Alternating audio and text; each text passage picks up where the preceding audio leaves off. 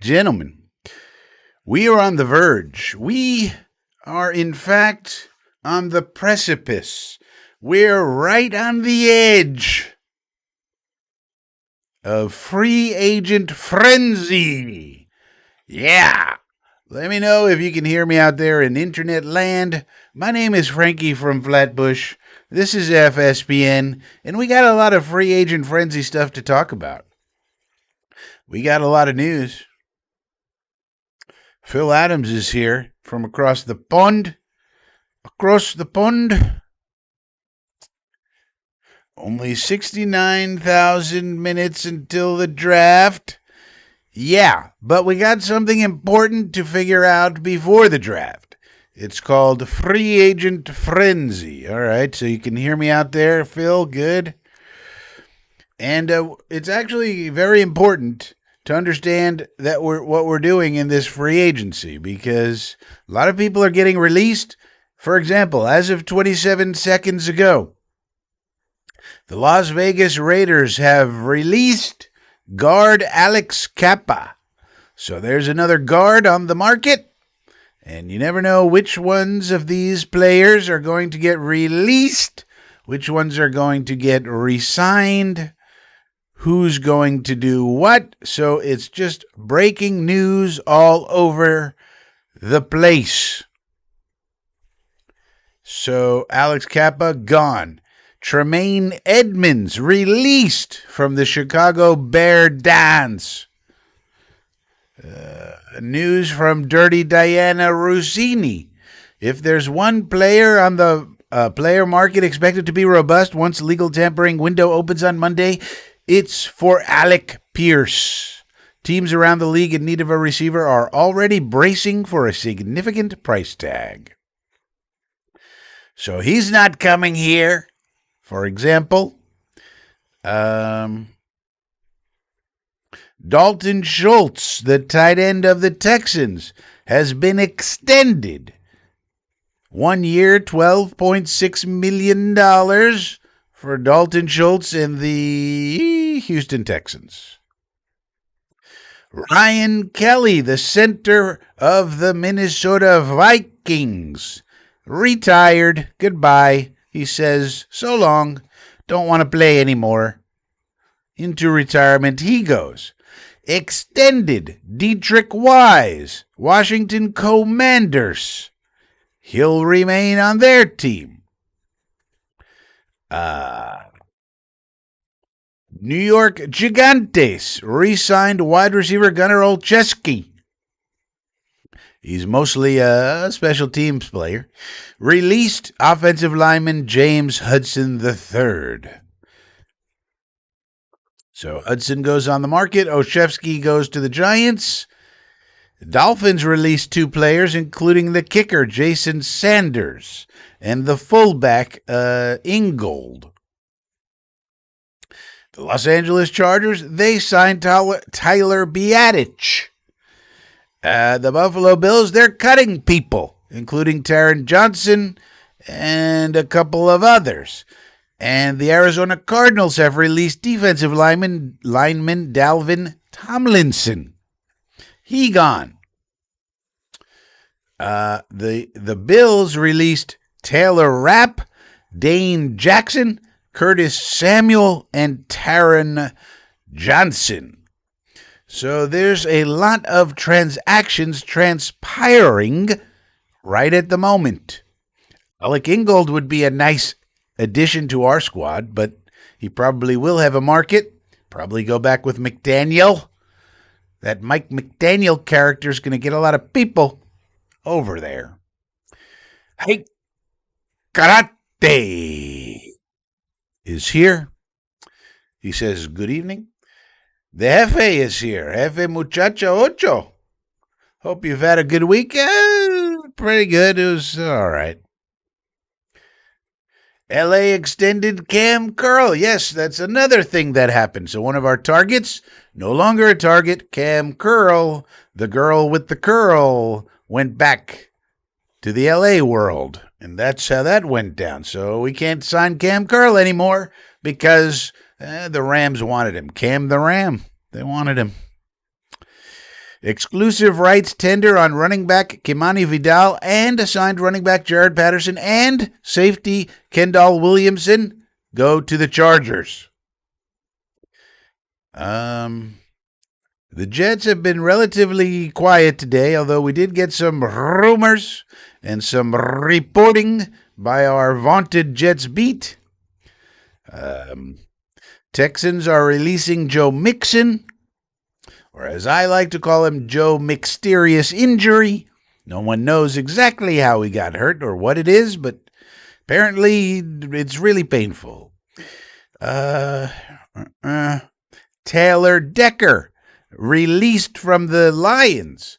Decker, this is a surprise. Left tackle Taylor Decker, the team's longest tenured player, announced he requested and received his release after contract talks broke down.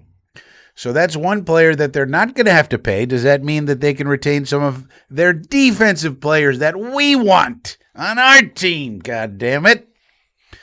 Now, Taylor Decker, the other thing, Taylor Decker's probably going right to Vrabel and right to the Patriots, if I had to guess. You put Decker at left tackle, you take, put him at guard, and then you solve two problems at once. Their draft pick from last year.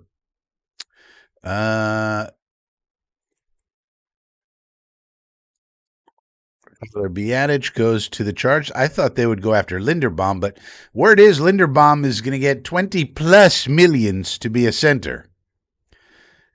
I would think probably the Giants, I think that's most of the news we had today. There was an erroneous report put out apparently by Rashawn Gary, but then he said he got hacked, saying goodbye to Green Bay. And then he said, no, I'm still here. I just got hacked. Okay, so that was weird.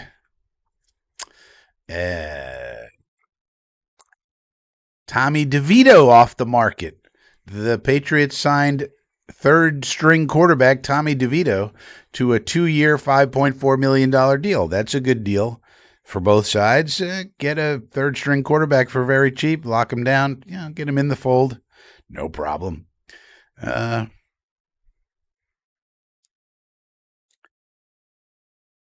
I think those are the major transactions that occurred today. Well, nope, we have a trade. As of 8 seconds ago, ladies and gentlemen, we have a trade. The New England Patriots are trading center Garrett Bradbury. So what I just said about the left tackle, probably this pertains. They're trading center Garrett Bradbury, who's not very good, to the Chicago Bears, giving them a new center because their center retired. The deal can't officially be processed until the new league year begins, but that probably means they're going to sign Decker. They're going to move, what's his name? I can't remember the kid's name. Maybe the chat can help me out. Matthias is here. They're getting old. Your brain starts malfunctioning. It happens. But anyway, their left tackle from last year now will go to guard, and then the guy they were playing at guard can play center, and therefore they could trade Garrett Bradbury to the Bears, their center. They no longer needed him. He's not very good anyway. Why the Bears want him, I don't know. But this also means that's a potential suitor for Linderbaum, the Bears, off the market for Linderbaum. So maybe Linderbaum won't actually make as much money as he thinks he will. But if that's the case, then the Ravens might just grab him back at a fairly reasonable price. Will Campbell, there it is. The Hefe told me. Yeah, Will Campbell. So Will Campbell will now probably go to guard, and then I think they have someone named Wilson who was playing guard. He goes to center, and then you just sign Decker. There's your left tackle, and now all of a sudden the Patriots are looking pretty good on the offensive line. So that's probably what's going on here.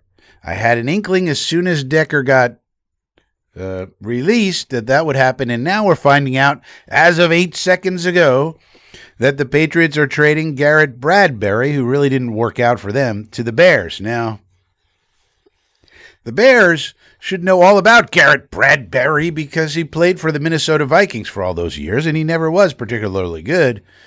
So why they want him, I don't know. Maybe they plan to get him and then draft somebody and just kind of keep him, as a just-in-case backup type of situation. But nonetheless, that's what's going on. Wheeling and dealing. The Raiders have released Alex Kappa. There's another guard on the market. So plenty of transactions going on. But this is the Friday night hang, so let me know if there's any particular topics that you'd like to discuss in the chat. After all, the chat is what makes it all go round. But we also got a lot of rumors and reporting this morning. It was funny because on X I said, these beat reporters of ours hadn't tweeted in like a couple of days. And so this morning I was like, this is weird. And I said, the beat reporters are being quiet, a little too quiet. And then almost maybe within the next hour, Country Club Connor and Zach the Hack Rosenblatt had stories out about the quarterback situation. And then they did what they call a Jets final drive. And they talked about all the people that are and are not really being considered by the Jets, as far as they know, for the quarterback position. Now, unfortunately, we're not getting Linderbaum Sky Pilot. He's going to cost $24 million, and he probably doesn't want to come here. When you're top of the market, you don't come to the Jets. You go, you have many suitors, and you get to pick, and you're not going to pick the ghetto team. So that's not happening, in my opinion. Would be a huge surprise if that happened. But Connor Hughes and Zach Rosenblatt, much to my chagrin, are talking about quarterbacks for the Jets that I did not have in my top 4 of preferred quarterbacks. And so Frankie is sad right now because I just don't understand it. Now, they're talking about quarterbacks who have connections to Frank Reich, and that's all well and good. But it's kind of weird that the Jets seem to have, based on this reporting, we don't know if it's true, but it seems true, actually, that the Jets have no interest in Derek Carr. So that's very strange to me that they'd have no level of interest in the top quarterback available on the market. Now, you do have to make a trade with the Saints, but it's no big deal. And you would have to spend more money than you'll have to spend on somebody like Carson Wentz, for example. But nonetheless, he's the best of the bunch, in my opinion. And I think one of the things that is concerning me is if we do something stupid, whatever it may be, at the quarterback position for this year, when you had better options and all the money in the world to spend and no reason not to, then I'm going to be worried about these the brain trust. I have been perhaps foolishly hoping that we finally have some smart people here, at least relative to the quarterback position. Frank Reich, Billy Musgrave, and Darren Muji, all of whom had played the quarterback position up to the college level, and in the case of Musgrave and Reich, long-time NFLers, and then coaching that position for a long time, obviously. So I was thinking that we're going to do something smart for once with this position, and if it's Carson Wentz and who knows who, then that's not exactly smart. And that is something that's more concerning to me than the actual outcome is I thought we had some smart people here. New England is going to receive a 5th-round pick in return. So that's a good trade. That's a great trade for the Patriots. Good job by Vrabel and Elliott Wolf. They took a guy who stinks, and they got a 5th-round pick in return. Nice job. I mean, they gave up a fifth round pick. Maybe he is going to start for them. I don't know. He'll probably be one of these starters unless they can get an upgrade in the draft, something like that. But fifth round pick for a stinky player is a good trade for the Patriots. Uh, so I'm now nothing has happened yet with the Jets, so we don't know. But from this reporting, which is very detailed, it seems like they know what they're talking about. This is Country Club and Rosenblather.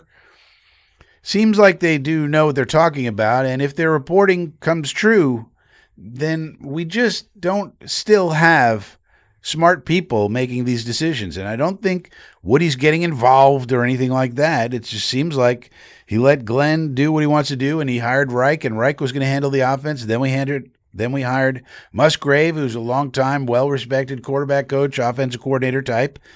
And it just seemed to me like we have some people who can understand the quarterback position, the most important position on the whole team. Kind of seems like you might want to get some experts in that particular area. It's almost like, the Jets have been like a startup company with no salespeople. We got all these products. Okay, who's going to sell them? Don't we need salespeople to? Nah, we don't need that. What? You need to sell the product. You got to hire salespeople, people who know how to sell and market and all that. Nah, they'll sell themselves. Fuck it. No. What? Quarterback is the most important position, and we had GMs who were offensive linemen and GMs who were fucking accountants. Tannenbaum. And then McCagnon and Idzik and who knows what the hell background they had. But what did they know about quarterback play? Well, finally we got one. Muji, he played quarterback in college. And then he was a wide receiver in the NFL, practice squad, but it still counts. So, and then on top of that, Reich and Musgrave. So I am just really hoping that these people, with all their knowledge and all of their fucking experience, I'm hoping they don't just go, well, I used to coach this guy, so let's bring him over here. I hate that. Robert Saleh does that all the time. A lot of coaches do it, actually. I coach this guy. He's good. He's 37 years old now. Yeah, bring him over. Who cares? He broke his ankle 13 times last year. Yeah, but I coached him 2 years ago. Bring him over. Who cares? Hey. Phil, the Jet Adams has a question. Will Muji go for an early statement move? No. Muji, from what we know and the reporting as well, Muji does not want to make any kind of statement move. He's going to be pragmatic and smart, we think. So I don't think he's going to sign anyone just for the headlines. I think the Jets organization has learned over the years that that's stupid. And Muji seems to be a very practical, smart guy. Now, he's made lots of smart moves ever since he got his staff in place. And that's also why I was optimistic about the quarterback position, because everything Muji has done since the end of the summer when he got all of his people in place in the front office has been smart. The trades, the pickups, the waiver wire pickups, the street free agents we picked, all smart. And some worked out better than others, but they were smart moves. And so I don't think he's going to do anything crazy, like sign Linderbaum for $25 million. That would be ridiculous. That would be, McCagnon would probably do that. Now, would you like Linderbaum on your team? Sure, but not for $25 million for 5 years, which is apparently what he's going to get. I mean, that's craziness. So it's probably not going to be, and don't forget, the guys who go off the board first are the top of the market guys. And we're not going to play in those waters. We're not going to be able to swim in those waters, even if he wanted to. Like, Alec Pierce is not coming here to catch passes from crazy Carlton Wentz. Like, that's not happening. He doesn't want to commit career suicide. So all these top-of-the-market guys, they're going to go off the board first, and there's going to be no Jet signings because we're not swimming in those waters for any reason, even if Mooj wanted to. Pierce ain't coming here. Any top-of-the-market guy, they're not coming here. Linderbaum's not coming here. I mean, I guess he would if you offered him 30 or something like that. But these people have a lot of choices, and so they're not going to choose to come live in the ghetto. You don't have you don't have a choice to live in the gated community. Somebody says, "Hey, would you like to live in our mansion in this gated community and live the high life, make a lot of money, and win a Super Bowl, perhaps?" Oh, that sounds pretty good. And then the Jets are like, "Would you like to come to our double wide? We'll pay you some dough. Come to New Jersey. Meh. Come live in our double wide." And the player's like, what do you think they're going to choose? I think I'm going to head toward the gated community. So it's going to take a minute, just like last year, but hopefully the guys we do sign, are smart signings. You can still get mid-level guys that are smart for your team and make sense without going crazy for the Alec Pierces of the world. Sky Pilot says, Testa Verde. Are you just saying that to, what is the point of saying that, Sky Pilot? Did he do something? Is he in the news?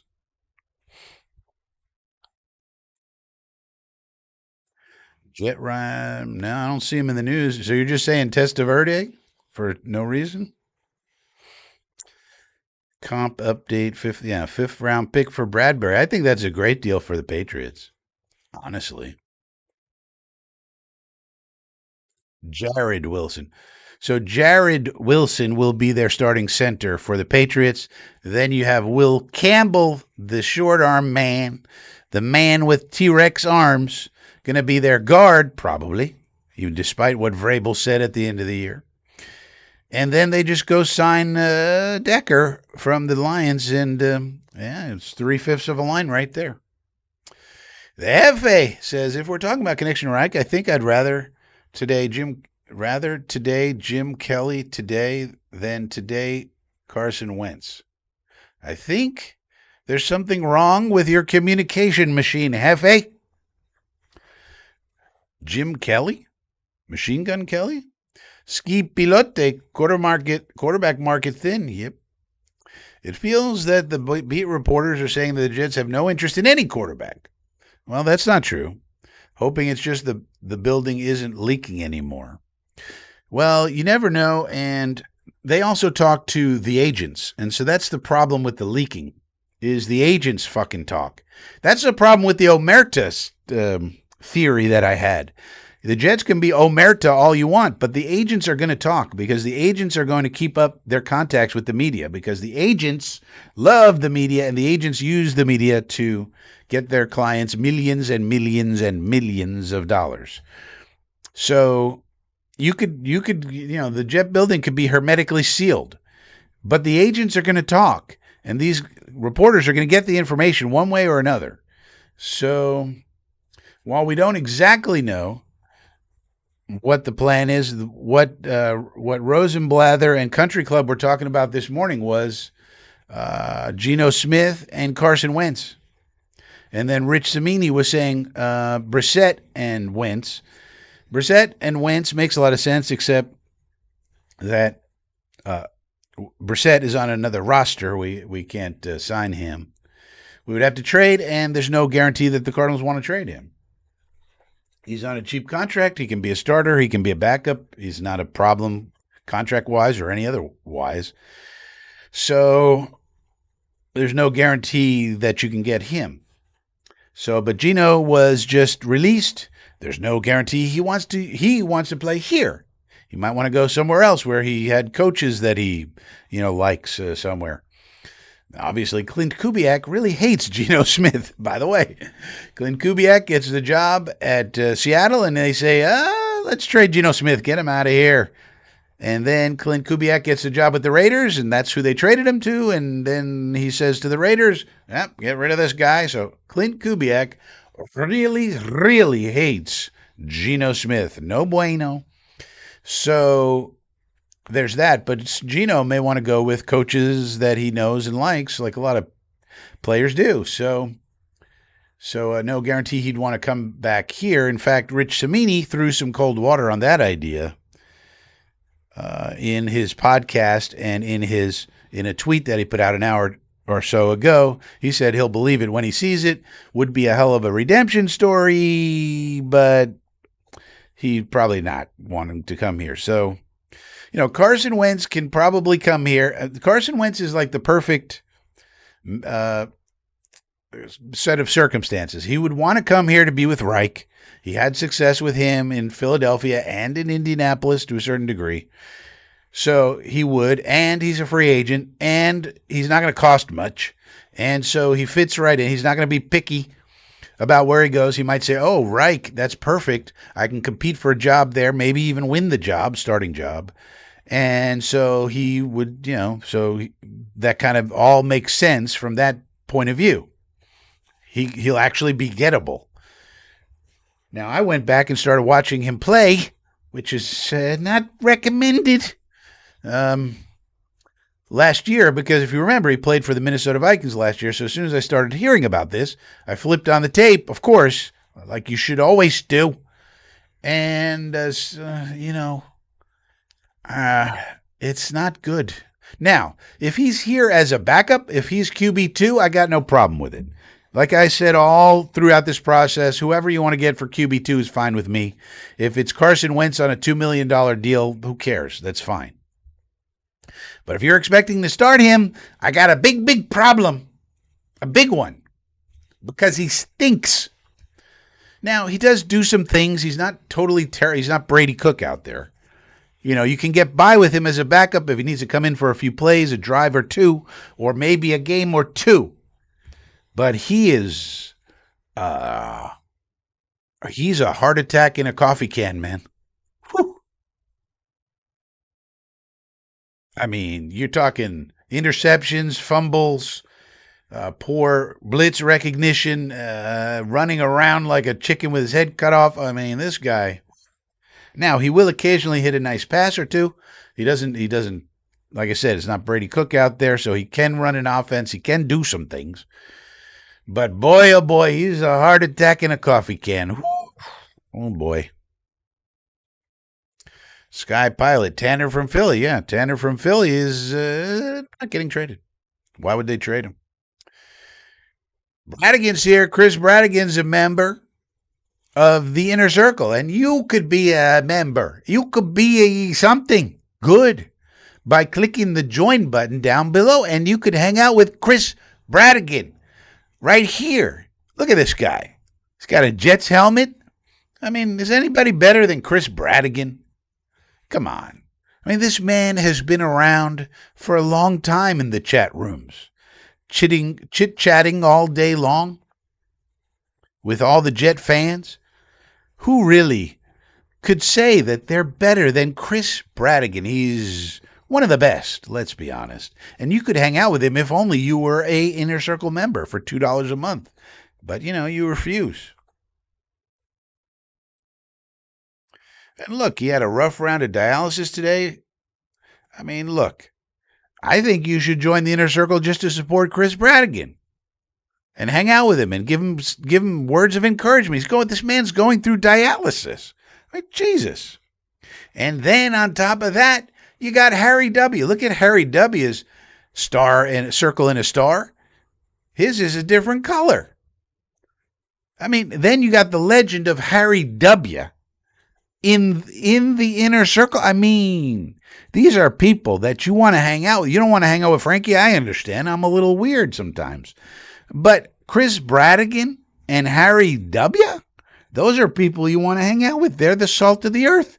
Is anybody better than Chris Bradigan and Harry W.? Very few. Very few. I understand. Not everybody wants to hang out with Frankie. I mean, look, I have a wicked sense of humor, and not everybody's down with that. Not everybody's down with getting made fun of by Frankie. I walk in a room, I start making fun of you. This is what I do. And not everybody enjoys that. But these people over here, they are really something. Really something.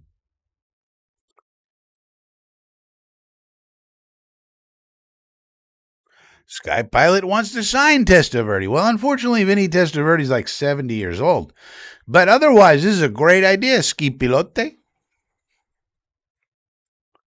Sorry, too many todays. Just not really interested in Wentz. Well, that tells me, Jefe, Muchacha Ocho, that you have a good head on your shoulders because nobody should be interested in Carlton Wentz.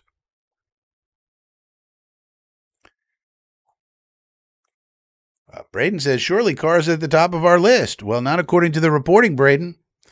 I mean, I don't understand it, but here's the tweet. Now, both Country Club and Rosenblather talked about it on their little podcast today. And then after that came out, Rosenblatt came out with a specific tweet for this exactly. He said, as for Derek Carr, this is the tweet. I'm reading it to you now. Zach Blatt, 5 hours ago. As for Derek Carr, I don't get the sense he's a top target for the Jets as of now, no matter what the Zapruder film from his podcast is telling us. And they did a podcast where they bleeped it out, and it kind of sounded like his brother was saying he was going to the Jets, and people are trying to break down the audio so that's what he's talking about.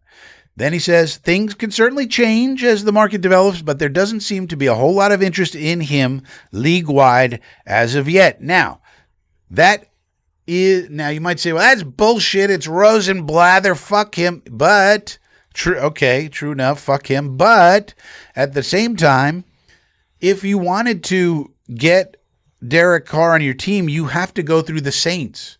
And today's Friday. So if we don't hear tomorrow, that's why I thought something would happen today or yesterday. If you don't hear tomorrow that in the news, Jets have been granted permission by the Saints to talk to Derek Carr, then it's it's not going to happen, because that's the first thing that has to happen. You have to negotiate a contract with him ahead of time, and the only way you can do that officially is by the Saints granting you permission.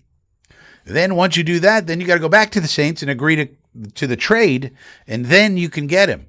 So all of that has to happen, and Monday is basically free agency opening up. By the way, I'll be live Monday evening. Free agent frenzy. We'll be hearing about lots of deals, even though it's just a legal tampering period. It's going to start on Monday. So unless we get news tonight or tomorrow about Jets have permission to talk to Derek Carr, it's not happening, because you can't just sign him. You got to make a trade for him. And you can't officially talk to the agent or him until the Saints tell you it's okay. Otherwise, that's called tampering, and then you get penalized for that. So this reporting lines up with logic, which is what I use most of the time to figure out what the hell is going to happen. But also, no other team has gotten that permission either. It does not seem to be a robust market, so maybe nobody thinks he's healthy, or they don't like the fact that he missed a year, or I don't know, but nobody else has gotten permission from the Saints. I'm sure the Saints would love to talk to you about Derek Carr, because it's basically a free draft pick for them, because if he stays retired, they get nothing. But if he comes back, then they get a draft pick of some kind, which is much better than nothing. So it's like they get a free player, that they can draft. And so that's not a problem. So I don't know. I also don't know why in Zach Rosenblatt's column, the last couple of times he's written about this, he says that there seems to be no interest in Cousins from the Jets, or the other way. The Jets are not interested in Cousins. Cousins not interested in the Jets. And I don't know why that is either. I have no fucking clue. Where does Kirk Cousins think he's going to go and start? Wants to be a backup in Minnesota? That's ridiculous. Does he think he's going to go to the Steelers? They're going to sign Rodgers, and if they don't, they're happy with Mason Rudolph and Will Howard and a draft pick, probably Ty Simpson at 21. There's nowhere else for Cousins to go, and he doesn't want to come play for us? Why? We can give him decent money. I don't get it.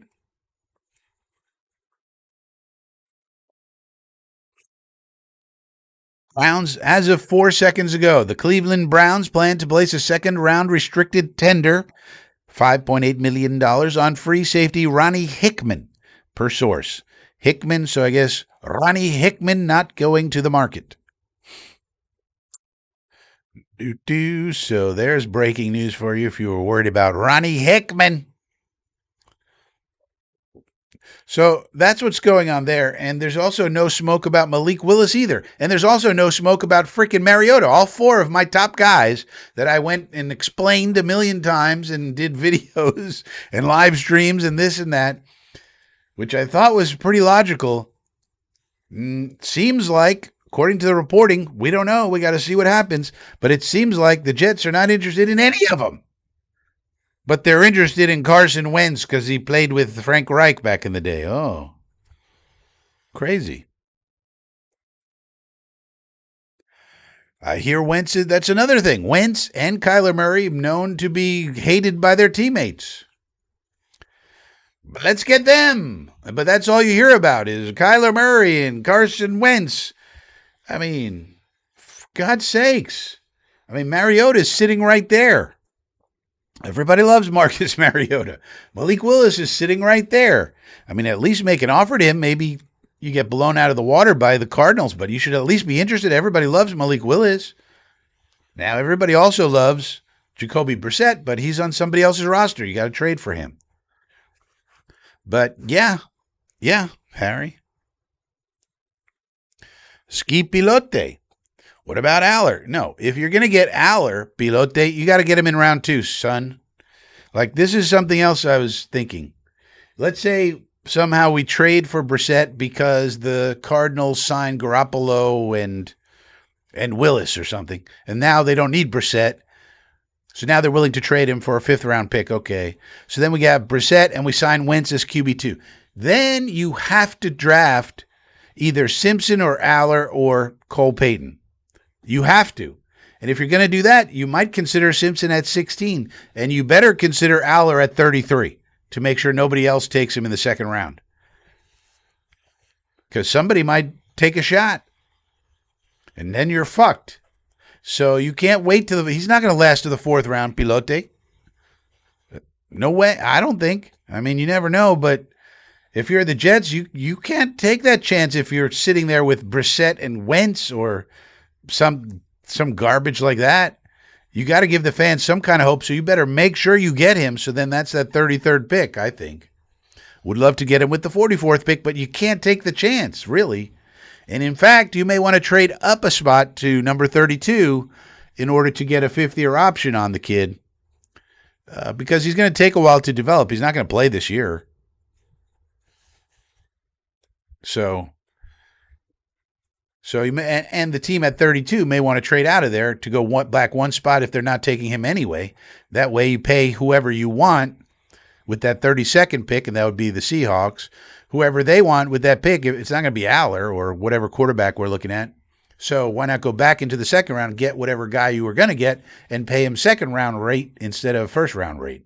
So we could always trade right back into the 1st if he's sitting there in order to get that 5th round 5th year option on the contract. But either way, that's where you got to do that. Not the 4th round. This isn't a PFF draft, Pilote. PFF, you could get PFF. I could get what's his name, Jacob Rodriguez in the 6th round. That's not happening. You could get all these people. It's a miracle. The PFF thing. You know, if you're doing a mock draft, you can get all these people in the 6th round, 7th. They don't last. I don't know why that's so inaccurate.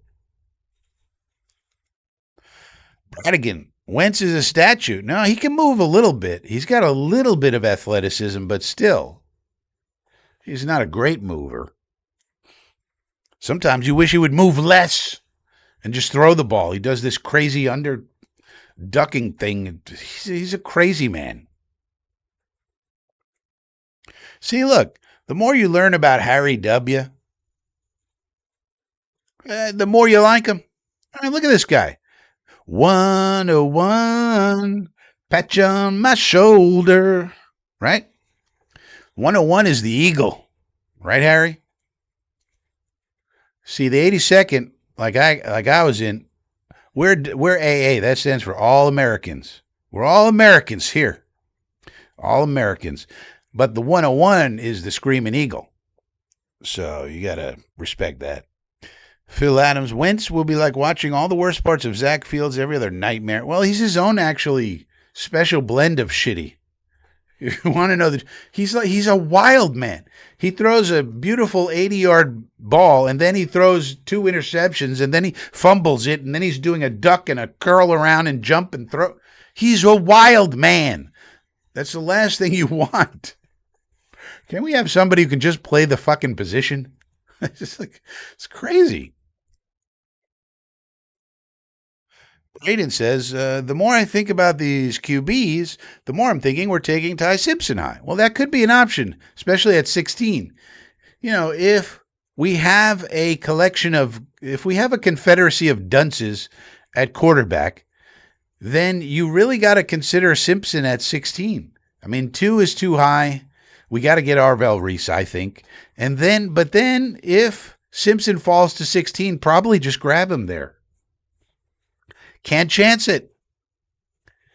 And if he's not there, then you better grab Aller at 33 or 32 by trading up one. Because you can't chance it if you have these confederacy of dunces. But here's the other thing about the confederacy of dunces at quarterback. If we have that and let's say we take the developmental guy and anybody other than Mendoza's developmental guy, and even some reporters are talking about Mendoza's going to sit behind a veteran. First overall pick, he's going to sit behind a veteran. But nonetheless, Simpson, Aller, Peyton, whoever, they're developmental. So they're not going to play this year. So does that mean that Aaron Glenn is guaranteed to be coming back in 27? Does he have that guarantee from Woody?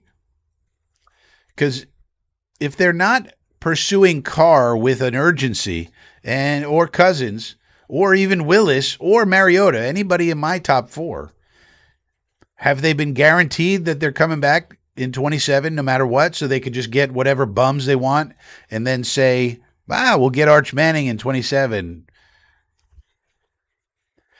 That's a very strange way to do it, because you don't know what the hell these people are going to be in 27. I looked at the list of quarterbacks in 27, and there could be 5 or 6. There could be, but there could be 1 or 2. You don't know. You don't know how these kids are going to be. Arch Manning had 61% completions this year in college. That sucks. He's supposed to be great, or maybe he will be, but maybe he won't be. You don't know. Lenore Sellers could be the best quarterback on the face of the planet, or he could totally suck. There's a massive variance of outcomes with Lenore Sellers. You have no idea what he's going to be. Nobody does. Dante Moore. Okay, well, Dante Moore lost his offensive coordinator. He also is losing Kenyon Sadiq to the league and a lot of his offensive line as well. Do we know he's going to be as good this year? I don't know. Well, maybe.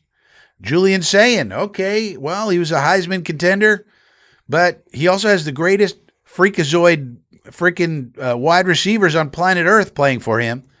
And so they kind of make him look good.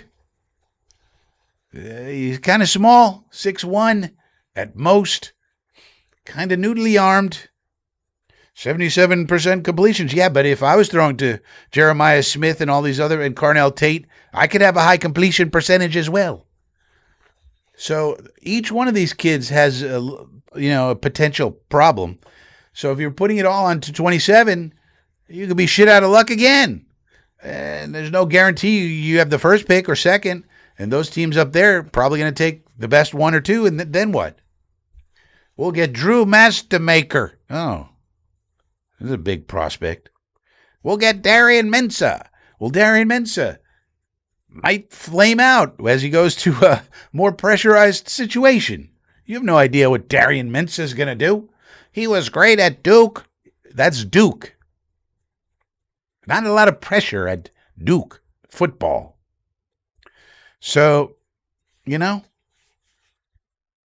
everyone on the list, I could give you a positive case and I could give you the negative case for them.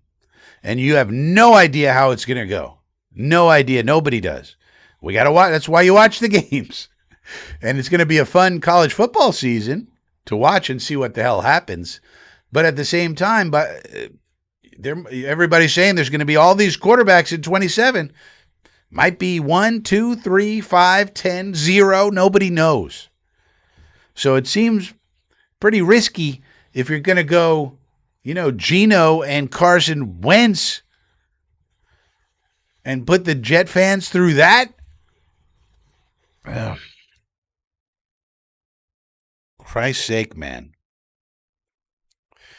Bradigan says it's pretty discouraging who was named in all the rumors going on. But at the same time, I don't trust anybody with the name Connor or Zach. Yeah, but the way they were reporting this today, Bradigan, and you know me, I'm the media translator, right? If anybody's going to tell you they're full of shit, it's Frankie, right? In fact, I have people commenting on this channel saying, stop saying bad things about Connor Hughes, man. You're obsessed with him. Literally, they're saying this. So if anybody's going to tell you they're full of shit, it's me, Bradigan, right? But what I can tell you is the way they're reporting this today made me think it's true. And plus, you just haven't heard any other information that contradicts it. Like if there was a report out there saying the Jets have contacted the Saints about receiving permission to talk to Carr, then you would know they're lying, right? And you would know that because it has to go through the league, and the league leaks like a sieve. Remember, the NFL loves the rumor mill, loves news coming out, news, especially about quarterbacks. That's good for the NFL. So any kind of thing that comes through them gets leaked to Josina, to this one, Diana, this one or that one. You would know if the Jets had received permission to speak to Carr. And that would tell you, okay, this really might happen. So, but everything that they're saying kind of lines up with what other information we have. For example, there is a contradictory piece of information about that, but it comes from the Play Like a Jets podcast, where some guy named Chris Lineman, I don't know, some guy on there from Jets Nation message board or some fucking place is talking about he's got two sources in the Jets building who said that they absolutely will be in on Carr. But that was, first of all, that was like 10 days ago. And second of all, it's a Play Like a Jet podcast. I don't know if that's not credible. I mean, say what you want about Connor and Zach. They do have sources. They are journalists. They are reporters. They do talk to people. I mean, we know this for a fact.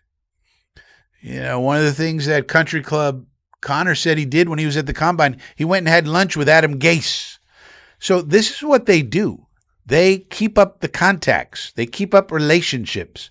Really, being a journalist is being an extroverted, socializing type person, where you keep up all your contacts, you talk to everyone, you text everybody constantly. These are annoying fucking people, but this is what they have to do. Relationships that's the whole job. So,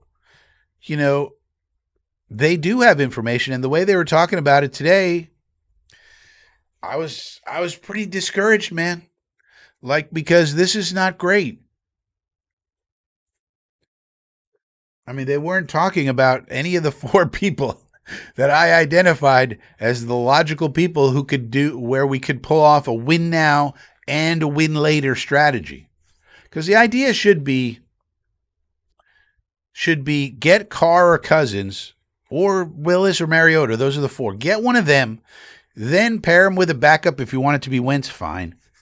But then draft Simpson or Aller or Peyton. Those are the three beyond Mendoza that could be a franchise quarterback. They have the skills and talents.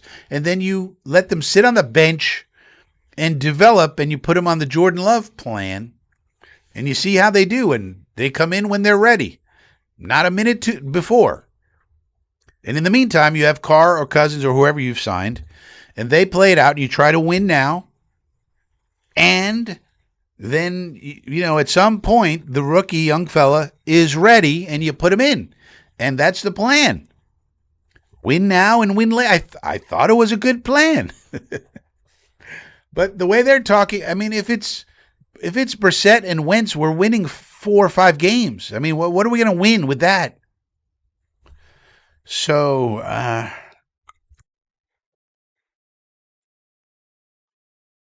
And I mean, it's also like, how fun is the 26th season going to be if our quarterbacks are Geno Smith and Carson Wentz, turnover machines? That's not a fun season. Oh, but we're tanking for 27, and then all the kids that we thought were going to be great flame out. And we come in, we get the second pick again, and there's one great quarterback, whichever one, it is. That's no fun. That's terrible. So I just don't get it. And I don't understand if this actually happens. I don't understand how people who are supposed to be smart, they suddenly come to One Jet's drive, and all of a sudden they have a lobotomy. There's like a force field above the fucking facility that like sucks everybody's brains out of their head. And then they go, oh, yeah, Carson Wentz, he's good. Put him in there. Yeah. Oh, Geno Smith, 17 interceptions, no problem. I'll coach him up. Oh, yeah. I'll coach him up. Ah, no problem. Like, what? What? I thought these people were smart. We brought over a bunch of people from Stanford. Where are these people? Where's Seth Ryan? What is Seth Ryan saying? Can we get a quote out of Seth Ryan? Can we do a consultation with the Stanford smarty pantses? We were supposed to get some smart people. Where are they? What happened? I don't understand it. It's craziness. Ski pilote. Yeah.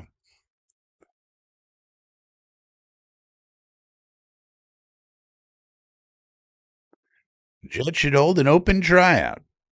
Yeah, and then we'll get some bum. JDS is here. He says, I feel like Wentz is the worst possible candidate. Well, I wouldn't say he's the worst possible. I mean, we could go to Chris Streveler. We could go with Brady Cook. Bialy Simpson, yeah, he might not be there at 16. Well, if that's the case, then. But these other teams that need a quarterback, they need so much else. Like, what is Miami going to do? See, like, if Miami was smart, which I'm not convinced they are, what they would do is they would play Tua, start Tua, hopefully get him statistically okay for the season, and then hope and pray for a lot of injuries around the league and trade his ass at the deadline when teams are desperate. Right?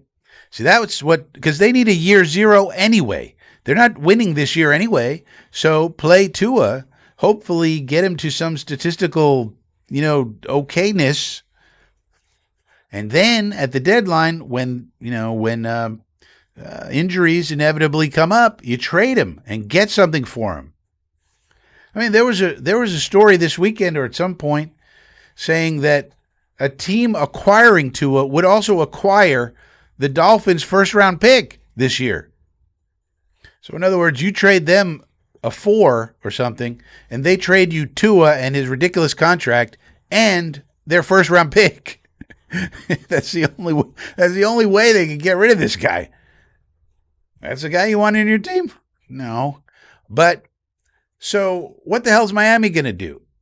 I mean, if Miami takes a Simpson or something, he's going to get killed behind their offensive line with one wide receiver and one running back. What?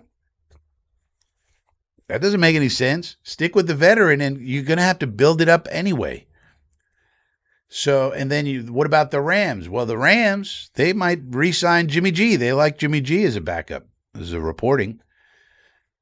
Or they could just go with another veteran because, after all, they actually need a backup because if Stafford gets hurt for a few games, they're going to be going for the Super Bowl. They're in their extreme Super Bowl window. So are they going to really waste now they have one first-round pick, the Rams. They don't have that second one because they traded it to get McDuffie. So are they really going to waste their one first-round pick now on a backup quarterback that's not going to be ready for a year? Maybe. when they're in their Super Bowl window and they need a good backup quarterback to get them through a few games if Stafford gets hurt? I don't think so. So you never know, and there could be a mystery team that steps up and grabs him. But the way I would look at it is at 16, we're either taking Simpson in this scenario, in this particular scenario. We're either going to take Simpson, and if he's gone for some reason, then we go, all right, pick the next best player that we want. Then at 33, that's got to be Aller then. That's what I'm saying about these quarterbacks. They go quicker than you think. And that's because you gotta have a young fella behind these bums. See, I mean, it's not going to be great for the Jet fans, no matter what, given these options. But at least this way, there's some hope that at some point you're going to get young fella in there.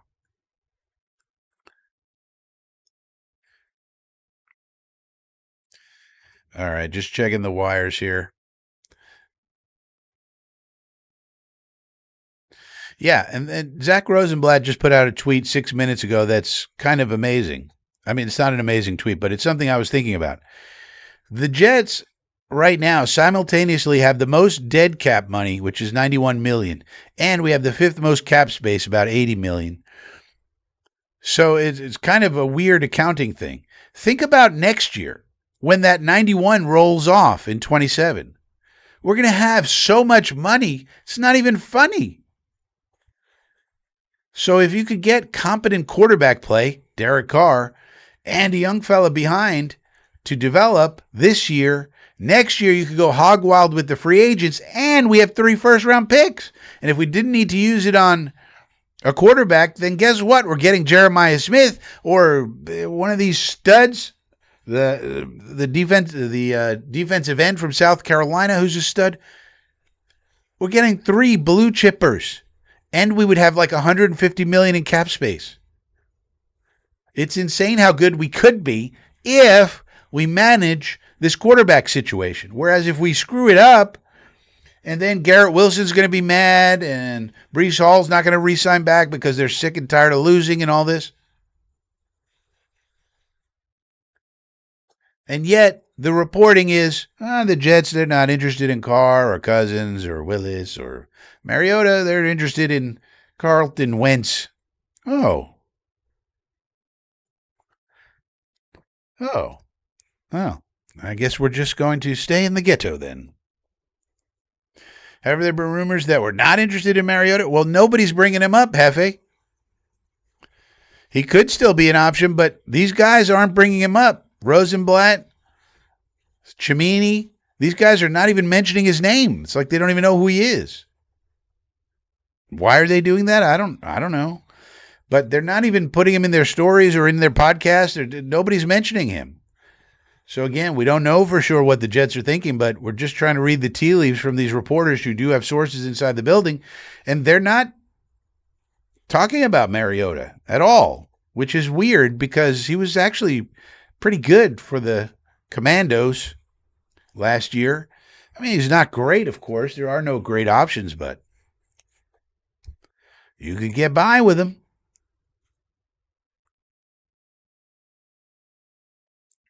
Arch Manning could turn out to be the weak link in the family DNA. Jets will be sure to get him. Well, I mean, it's a big year for him, but keep in mind that Arch Manning has the greatest PR army behind him ever assembled. The entire Manning apparatus is behind this kid. Whether it's Dan Orlovsky or Mina Crimes or any of these people, they all are in the same agency. They're all pushing for Arch Manning to be great. No matter what happens, if he sucks in a particular game, they're going to defend him and say, oh, give him all the excuses. If he does anything, if he runs for a 10-yard first down, they're going to be like, look at this kid. The wheels are amazing. You will never find anyone else like this. This is the greatest quarterback we've ever seen in the history of ESPN. It's unbelievable because they all work for the same fucking agency, you see? And also, corporate America is behind Arch. Arch Manning probably makes, I don't know, $10, $12 million to play quarterback in college. That's a lot of corporate money behind him. And if you think all that corporate money is not going to be then used to make sure their investment is valuable to them, meaning when he shows up in a commercial, you give a shit about whatever product he's trying to push in your fucking face.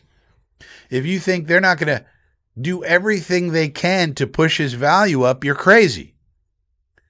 So that makes it super hard to really even evaluate Arch Manning unless you watch the games. The only antidote to all of this is watching the games and having the scouting system, which I do have. Invented by me. No, not invented by me, but used by me. We perfected it this year. Some people in the chat may remember the Frankie scouting system for quarterbacks. We used it. We perfected it. We tested it. We had fun with it. And that's the only way you're going to actually know who's actually good, by actually watching the games and actually writing things down that are important and recording them and then putting them in a system where you can compare everybody. It's the only way to do it. Otherwise, you're going to get swept up in the PR, man. Anytime Arch Manning does anything good, oh my God, he had a 50-yard run. There was no one around him. Yeah, but look at him go. He's running. He's so fast. They're playing against UTEP. Yeah, but UTEP, you don't understand. Sometimes they have a really good defense, and so UTEP? What? Yeah, sometimes they have a surprisingly good defense. You wouldn't believe it because they don't get on television much. But my goodness, are they good? They're so good. And look at him run. He's running. He ran right into the end zone for a touch. I mean, how can you not draft that man first overall? He's amazing. I mean, it's UTEP, and they scored 20 points. Yeah, but see? So you have to watch the games and you have to record the stuff. There's no two ways about it. Yeah, then you have Dante Moore. So like Dante Moore you look at the list, it's like, all right, that guy's going to be solid, right? Well, he lost his offensive coordinator. He also is losing Kenyon Sadiq to the NFL. That was a safety valve for him. And he lost a lot of his offensive line. Now, Oregon's going to be loaded again. Don't get me wrong. They're always going to be loaded with talent because they're sponsored by Nike. They give them like $100 million zillion. But still, he could take a step back performance-wise. Now, he probably won't. But you never know, but he's one of the more solid ones. Like if I had to pick out of the list who's almost certainly going to be a top pick, Dante Moore is going to be up there. And then, I don't know, Arch Manning like I said, Arch Manning just has way too much PR behind him. He did not play great last year. So he's got to take a step up.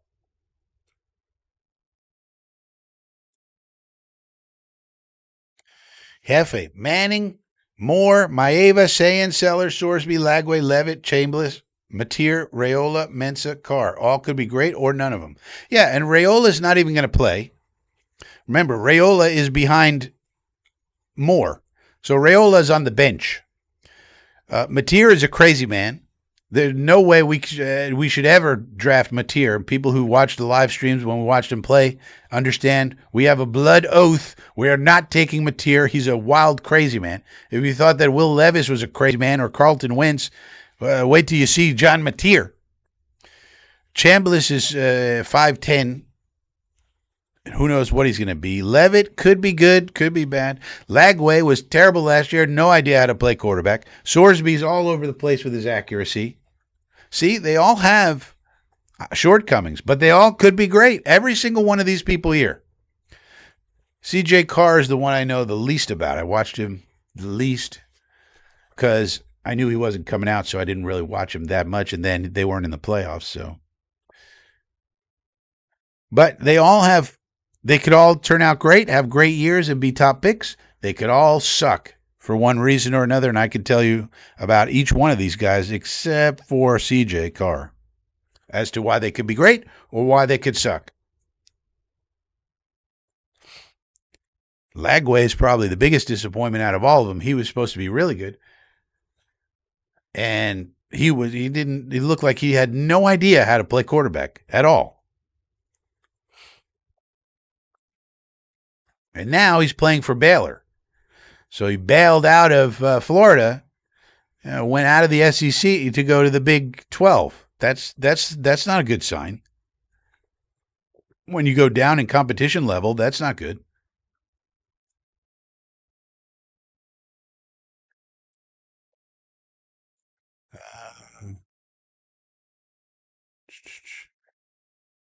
Geno Wentz combo will have Garrett. Yeah, that's what I'm worried about too. All this losing. If we just say, well, wait till 27, you tell that to Garrett Wilson. Tell that to Breece Hall. You know what I mean? Like,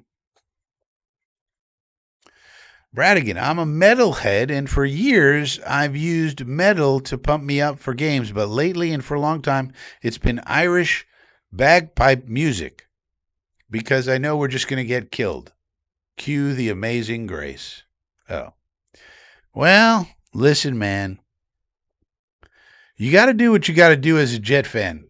I mean, look, we're a unique fan base. We're in the ghetto. And as of right now, I see no real way of us getting out of it, at least as of today. So, Jonathan, we talked about this.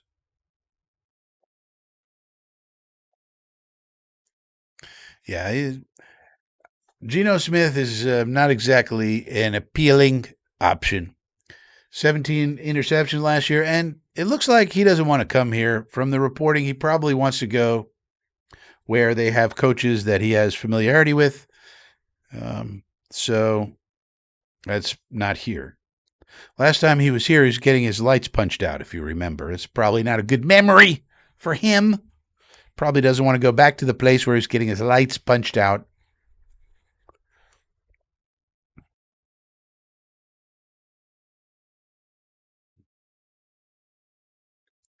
Well, here's some news that, well, who's Marvin Parcells?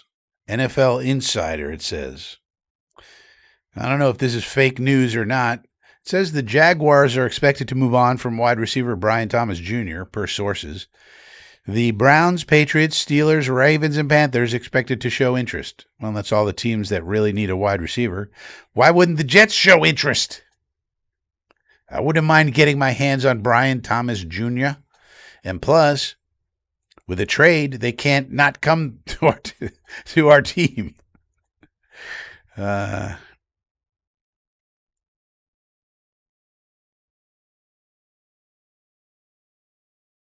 So maybe BTJ is on the trade market. That would be a good thing for us to do. I mean, one of the things that we're seeing Muji do is make trades, right? Why does he do that? Because the players don't have a choice. These free agents, you got to convince them to come to you.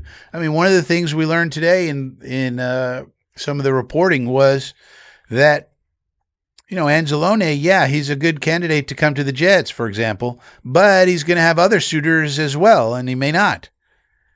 It's like, fuck, we can't even get him? The guy who's best buds with AG, we can't even get that fucker over here? The fuck? Well, with these trades, the players don't have a choice. They got to come to your team. So it seems like Muji has identified that for the Jets right now, making trades seems like a better option than trying to convince a bunch of free agents to come over here. And so Brian Thomas Jr., that would be good. Another reason why we should be in on Carr is because, again, he doesn't have any suitors. I mean, a report came out saying nobody in the whole NFL has contacted the Saints to talk to Carr about Carr. And then also there was another report that was obviously put out by Carr's agent that said, Derek Carr is actually really serious about unretiring. Like, he's really, really, really serious, everybody. And everybody just said, so. Like, there's no reaction from anybody, apparently. So apparently he really, really wants to come back. He's tight with AG. He loves the Jet fans, as he has said, because we supported his charity back in the day. He is apparently healthy, according to him, and he wants to play for a Super Bowl contender. All right, well, if you put Carr on the Jets and you give us a year or two, we can be a Super Bowl contender if we don't have to waste draft picks on a quarterback, high draft picks, especially next year. We could add 3 blue chippers next year to this roster after adding, hopefully, 3 or 4 blue chippers this year. I mean, you only need 8 to 12 blue chippers to be a Super Bowl contender. That's the Bucky Brooks rule. We're pretty close. I mean, after these 2 drafts, we should be close. Hopefully, if the picks pan out, obviously.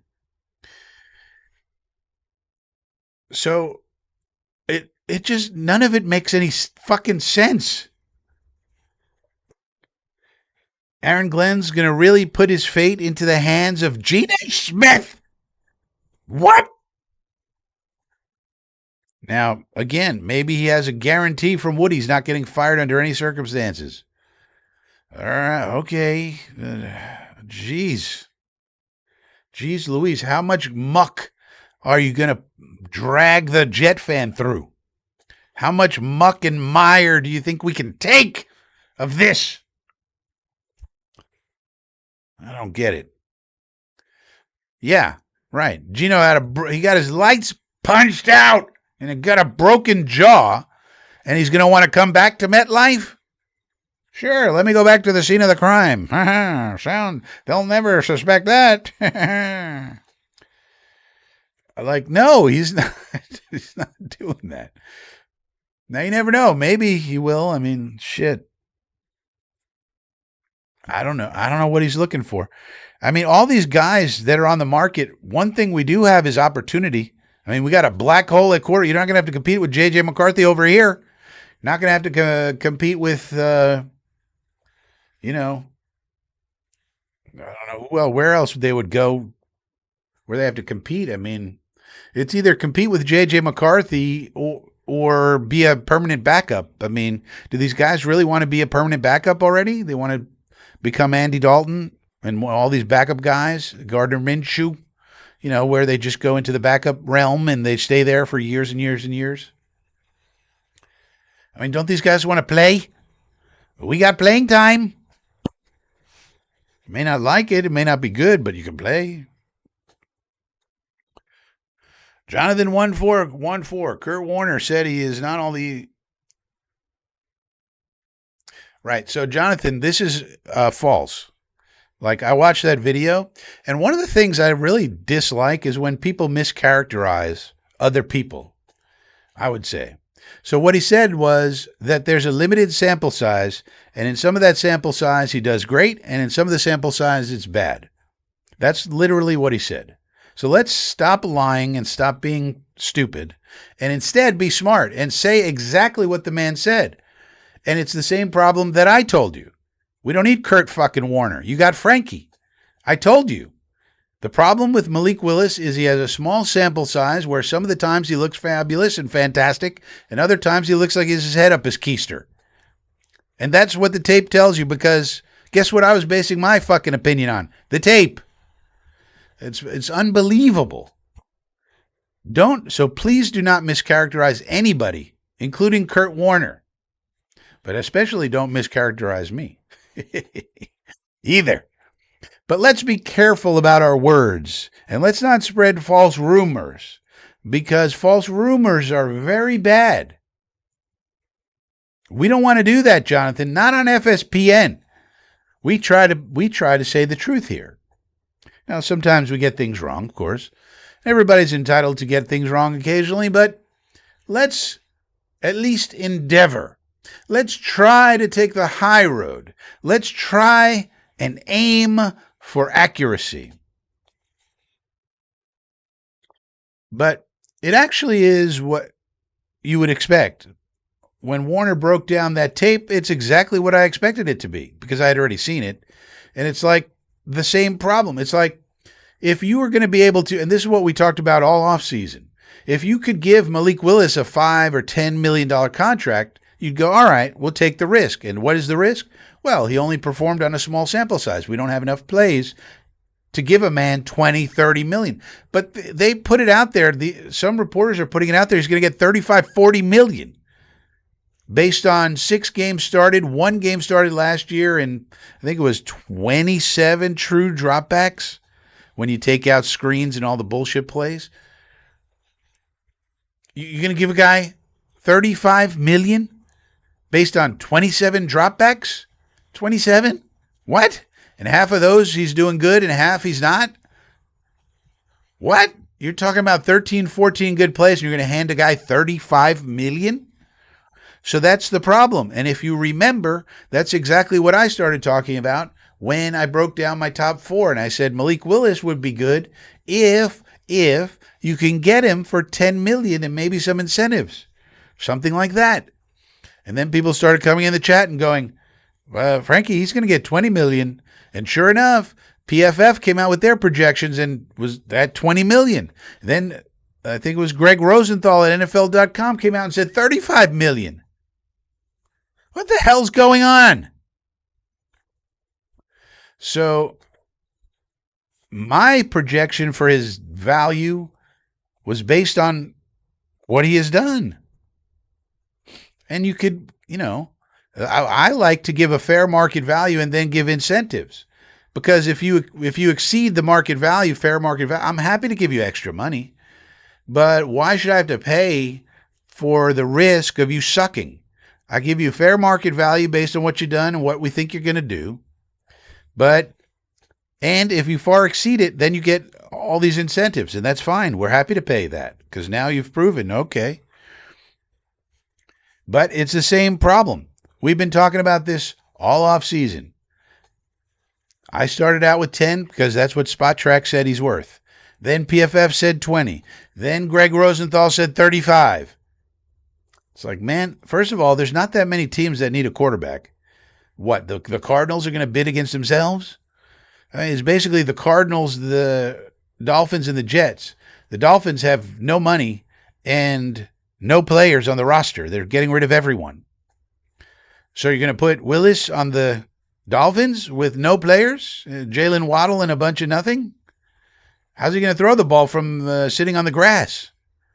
That's going to be hard to do when he's getting sacked. So that's not a good situation. And so that leaves him with the Cardinals and the Jets. Some reason people think the Jets are out on that. I don't understand that. But that just leaves one place. So if you only have one team willing to pay you, then they don't have. That's not demand. Demand is not hitting the up the price button. So I don't know, but that's what we talked about all off season. It's already been discussed. I think a lot of times people just need to pay more attention to old Frankie. That solves a lot of problems. I think we need like a theme song, maybe a rap song to really drill it into people's heads, If you believe in the F, you'll be relieving your stress. That's the truth.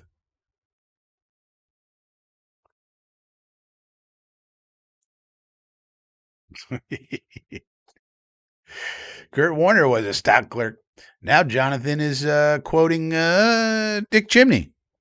It's amazing, Jonathan. You really are the epitome of a person who just, what do I want to call that? It's like a projectile beam directly from the media to your brain, and then it just comes right out, no filter. So this is what Dick Chimney's talking about. But it's completely different, of course. I wish you would just stop mockingbirdingly, just quoting the media. Just stop it. Maybe cease talking for a while. That'd be good.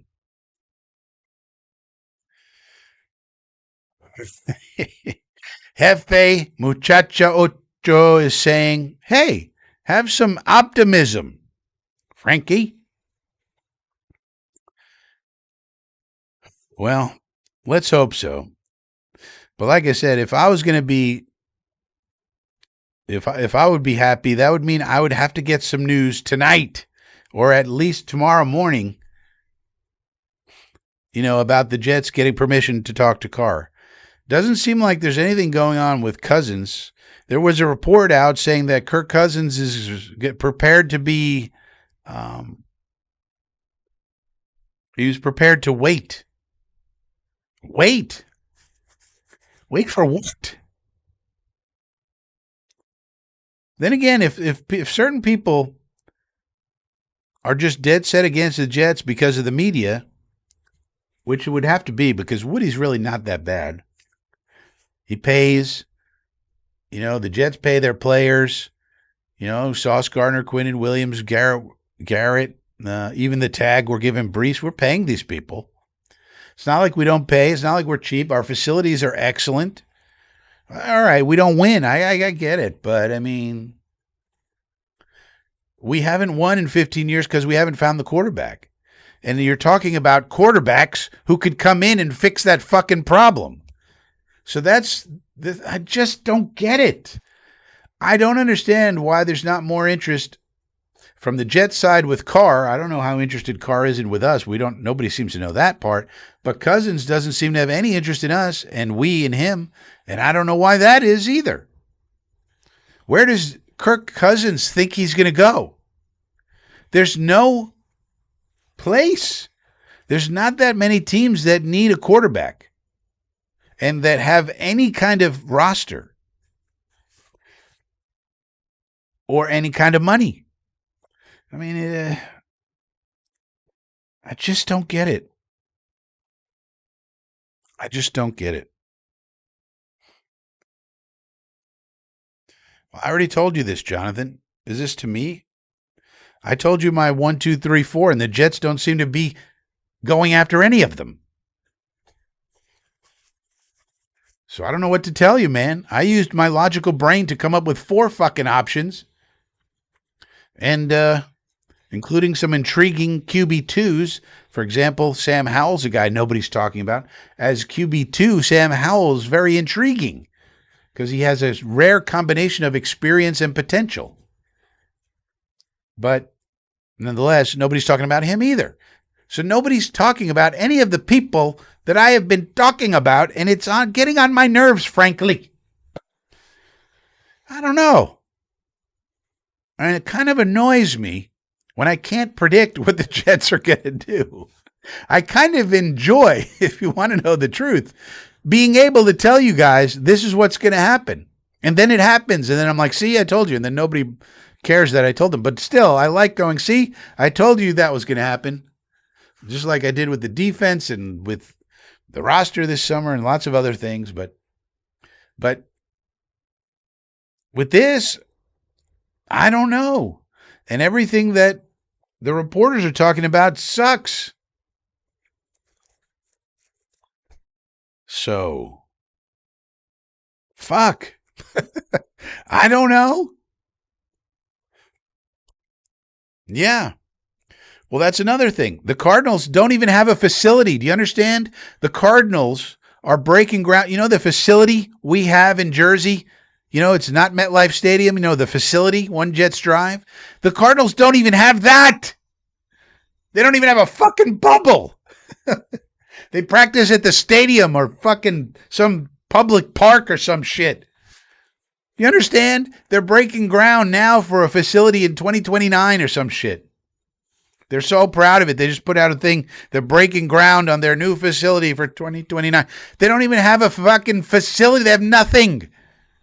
They got Zippo. We got one of the best facilities around, and we just upgraded the locker room. We put in 2 barber shops. We put in everything for these guys. We have all organic food in the commissary. Anything they want, Woody will give it to them. Woody said, if the players want anything, I will give it to them. What more do you want from this man? We want to win, Frankie. Yeah, but you got to get a quarterback. It's crazy. The Cardinals don't even have a facility. They're practicing in public parks. They're probably using Nerf footballs. God's sakes. God knows what they're doing over there. But the point is that they got nothing. They got like 3 players. Now, they happen to be on offense. The tight end, the Maserati, and Michael Wilson's a decent wide receiver too. That's all they got. Okay, Trey Benson, yeah, but you don't know how he's going to be coming back off of injury. Brees Hall was a lot better before he injured his knee. A lot better. He's good now, but he used to be phenomenal. So the Cardinals have nothing more than we got. They don't have a great offensive line. It's okay-ish. They have no defense. And they have a brand new head coach. You have no idea what he's going to do. Sure, he's a LaFleur, but being a head coach is a lot different. We've all found that out. And I personally believe LaFleur is going to be in over his head before he knows it. You really want to go to that situation? With a cheap owner, no facility, first-time head coach, and basically 3 players on the whole roster? What? That's no good. How's that good? I don't get it. I feel bad for Fernando Mendoza. I don't think he's going to be good right away. Maybe he will be, but they don't have an offensive line. They don't have a great running. Well, they didn't have a great running game. They do have a great running back. The reason they didn't have a good running game is because of the line, but that goes to underscore my point. What is he going to do? Throw to Brock Bowers every single play? They have no wide receivers. Who do they have? So, and I'll be rooting for Nando because I like Mendoza a lot as a person, as a kid. Followed him a lot in college. We charted a lot of his games. So I personally hope he does well because I'll be rooting for him because he's a really nice kid. But I don't know if he starts right away, is he really going to be successful? There's only so many times you can throw to Brock Bowers. Eventually they're going to double team him. Then who are you going to throw to? Ashton Genty? Check down Charlie? How's that going to go? So I don't know. I kind of don't understand why more people don't think that our team is kind of like on the verge. Yeah, we need a bunch of defenders, but not that many. We need Arvell Reese here for sure. We need to get 2 safeties, yeah. We need to get a linebacker, all right. And we need to get some fatties in the middle, some defensive tackles, but those are easy to find. It's a lot easier to find 2 gappers than it is 1 gappers. Hate to tell you. And they don't cost as much either. So, yeah, we need a backup nose tackle and a couple of defensive tackle fatties, yeah. But those guys, they'll go wherever you give them the money, and the money doesn't have to be as much because they're not the ones stacking up the stats. That's more the linebackers or edge players in these type of defense we're going to be playing. And we already have one on the outside with Willie Mack. We got another one with Arvell Reese with the 2nd overall pick. So we're not that far off. Cornerback situation's pretty good. We need to add somewhere in this draft. We'll add a young guy to back up and maybe develop. But, do people really not know how good Adonai Mitchell is? It's like they don't watch college football at all. This man had to deal with Quinn Ewers in college. And then he gets to the Colts and he's running in for a touchdown. He's changing hands with the ball and it falls out of his hands and it's not a touchdown. He gets benched. And then he comes to us and Justin Fields is throwing it behind him over his head in the stands. He's bending over backwards trying to catch a pass. And then he has to play with Brady Cook and all this. What the hell? Trust me, you give Adonai Mitchell a decent quarterback, you're going to see a 1,000-yard receiver. Mark my words. If you give Adonai Mitchell a decent quarterback, he will be a 1,000-yard receiver. I personally guarantee it. And then if you have that over there, what the hell can Garrett do? What can Garrett Wilson do when nobody's paying attention to him? Because we got this other big, sleek, fast-moving motherfucker over here. Nobody thinks about these things. It's a little annoying.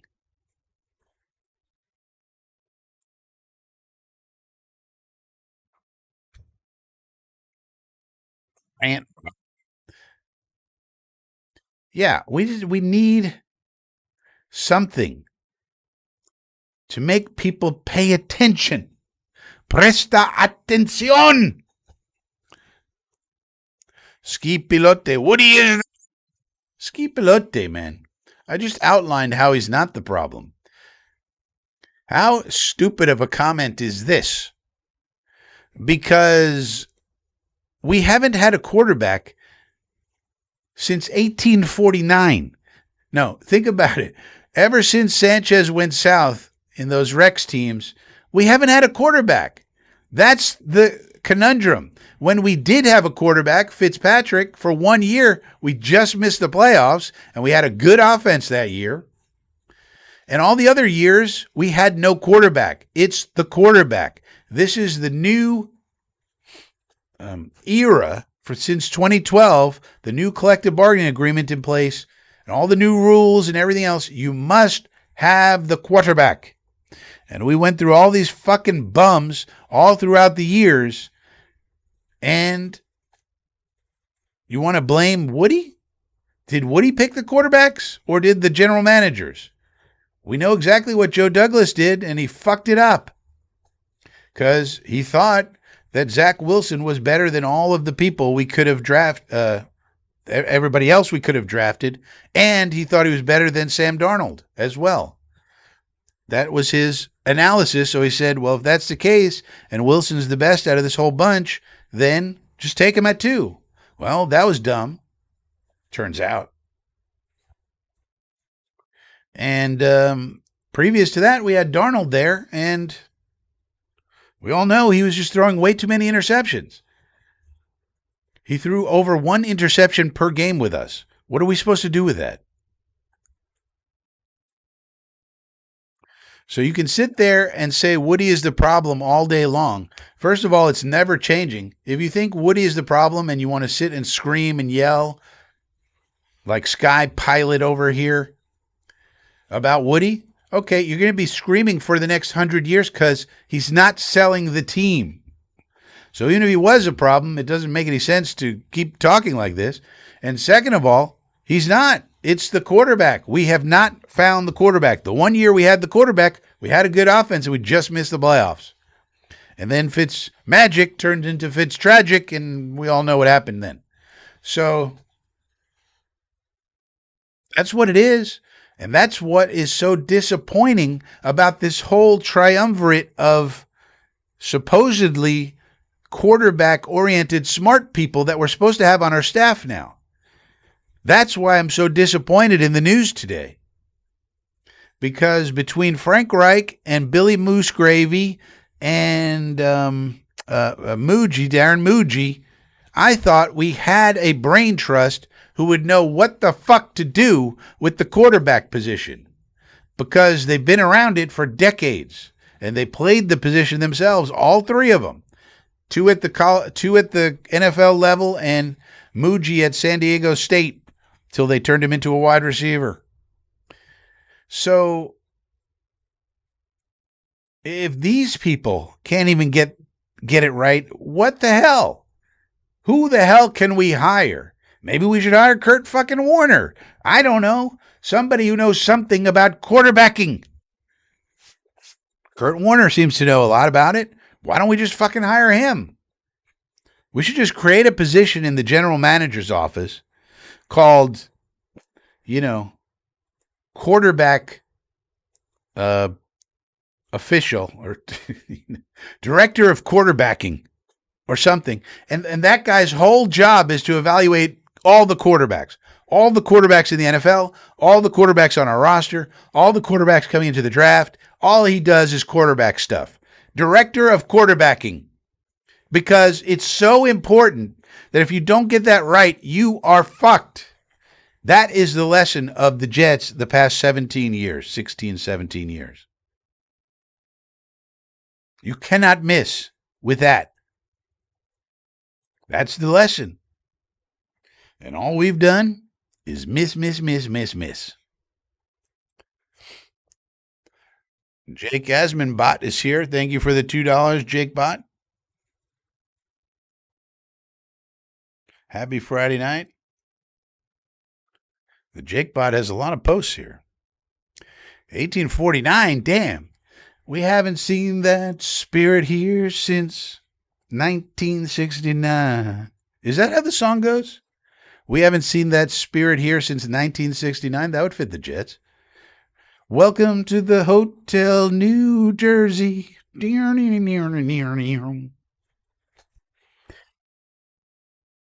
can check out any time you want, but you can never leave.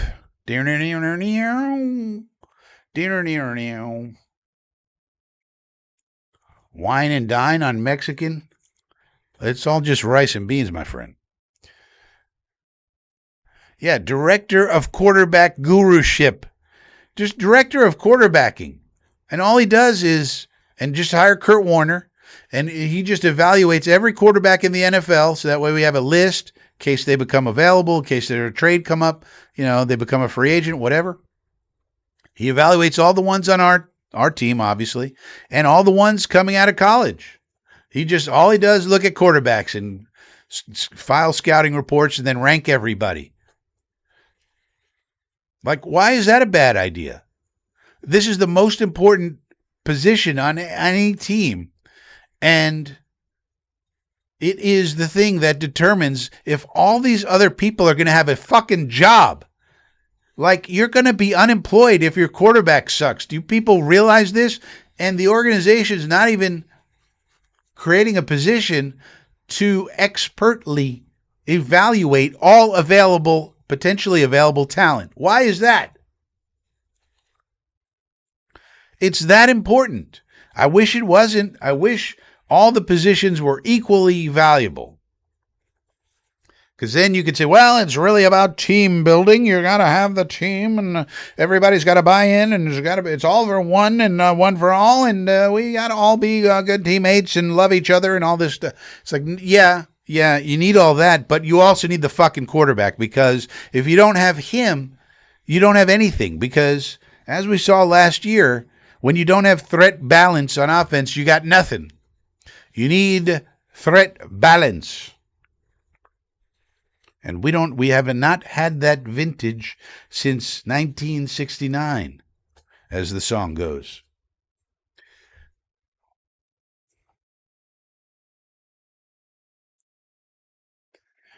The whole thing about AI bots, Jake, is that they're bots and they respond to prompting. Hello.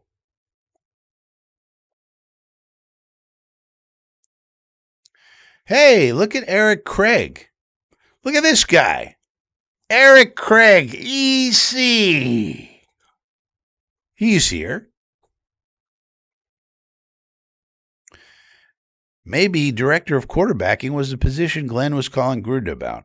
Well, that's the other thing, because I had my own secret theory about that phone call that I really, really wanted to become true. Because then I could say, I was the only one who said so. But now it just looks like that was some random call, or God knows what that was going on there. I mean, why not Kurt Warner? I mean, you could go look at his YouTube channel. Does anybody know more about, or his fucking X account? Does anybody know more about quarterbacking than Kurt Warner? And by the way, Kurt Warner has a son. His name is EJ Warner, and he's eligible to come into this draft. I don't think anybody's going to draft him, sadly. But he has a son at college level, so he's been watching these college guys through his son, obviously. And so he does all sorts of film breakdowns. I mean, to be a scout, you basically need to be a film junkie. You need to be watching film, that's the all 22, all the time until your eyes fucking bleed. That's what scouting is. And then you go to the stadium and you see certain things. But for the most part, it's watching film. And so, like, you can just look at his X account where he's talking about quarterbacking all day long. He's having discussions, arguments with people. And then he puts out these videos, and you can see how good he is at it. He knows what he's talking about. It's obvious. Not one of these guys who got by just on physical talent alone.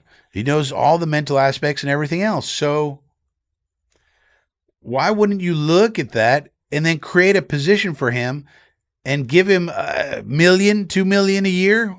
I mean, how much is that worth if he's able to find you quarterbacks all the time and tell you this guy's good, this guy's not good? Everybody thinks this guy's good, but actually it's this guy who is good, and this guy can cost you much less, so go after him. That sort of thing.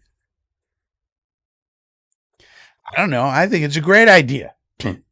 Then again, I thought my Curtis Martin idea was great, and I thought my fucking four quarterbacks idea was great. And, you know, nobody listens. Nobody listens.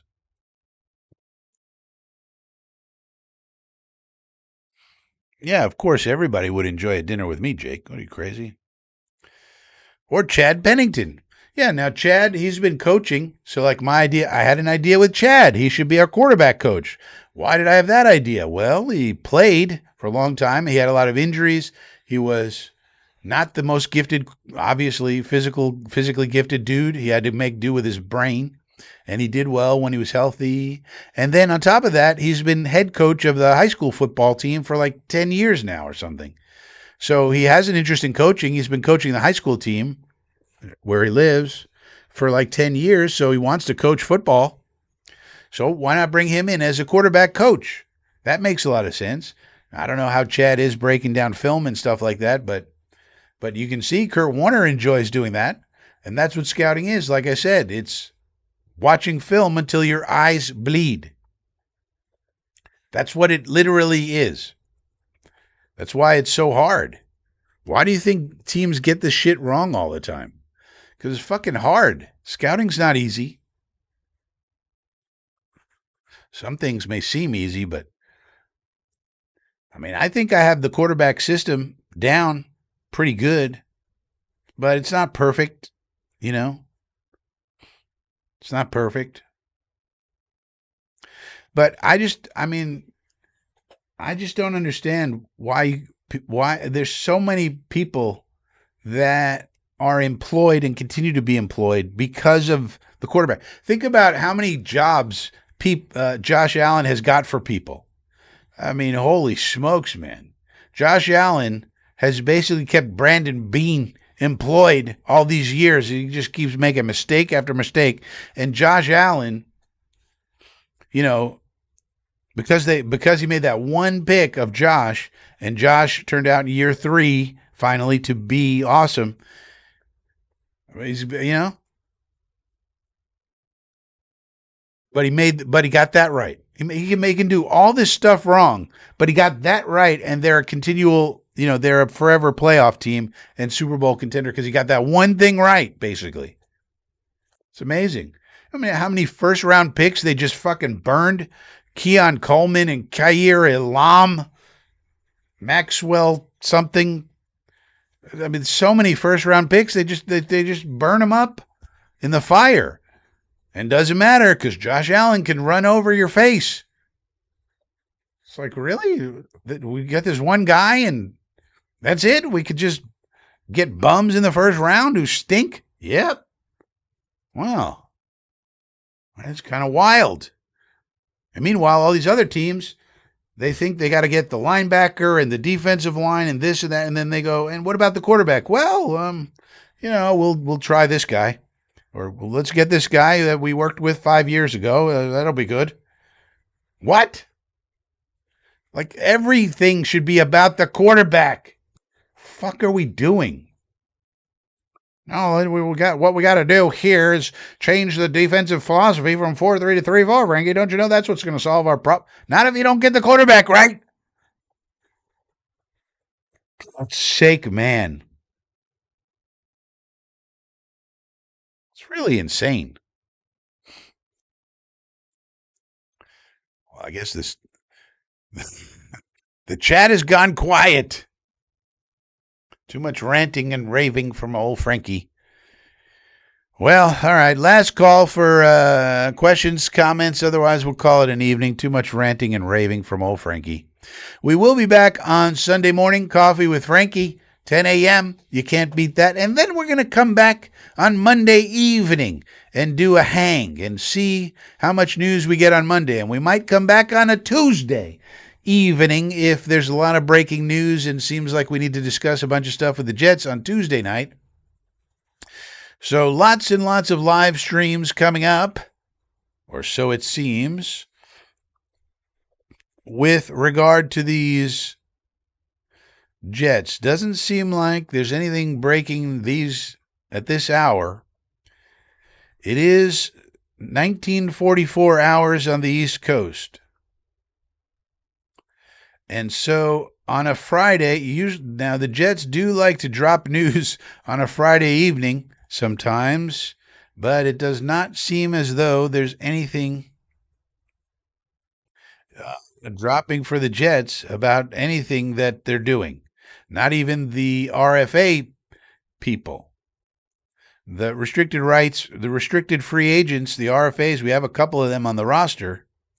We still have to make a decision on them. Where's that news?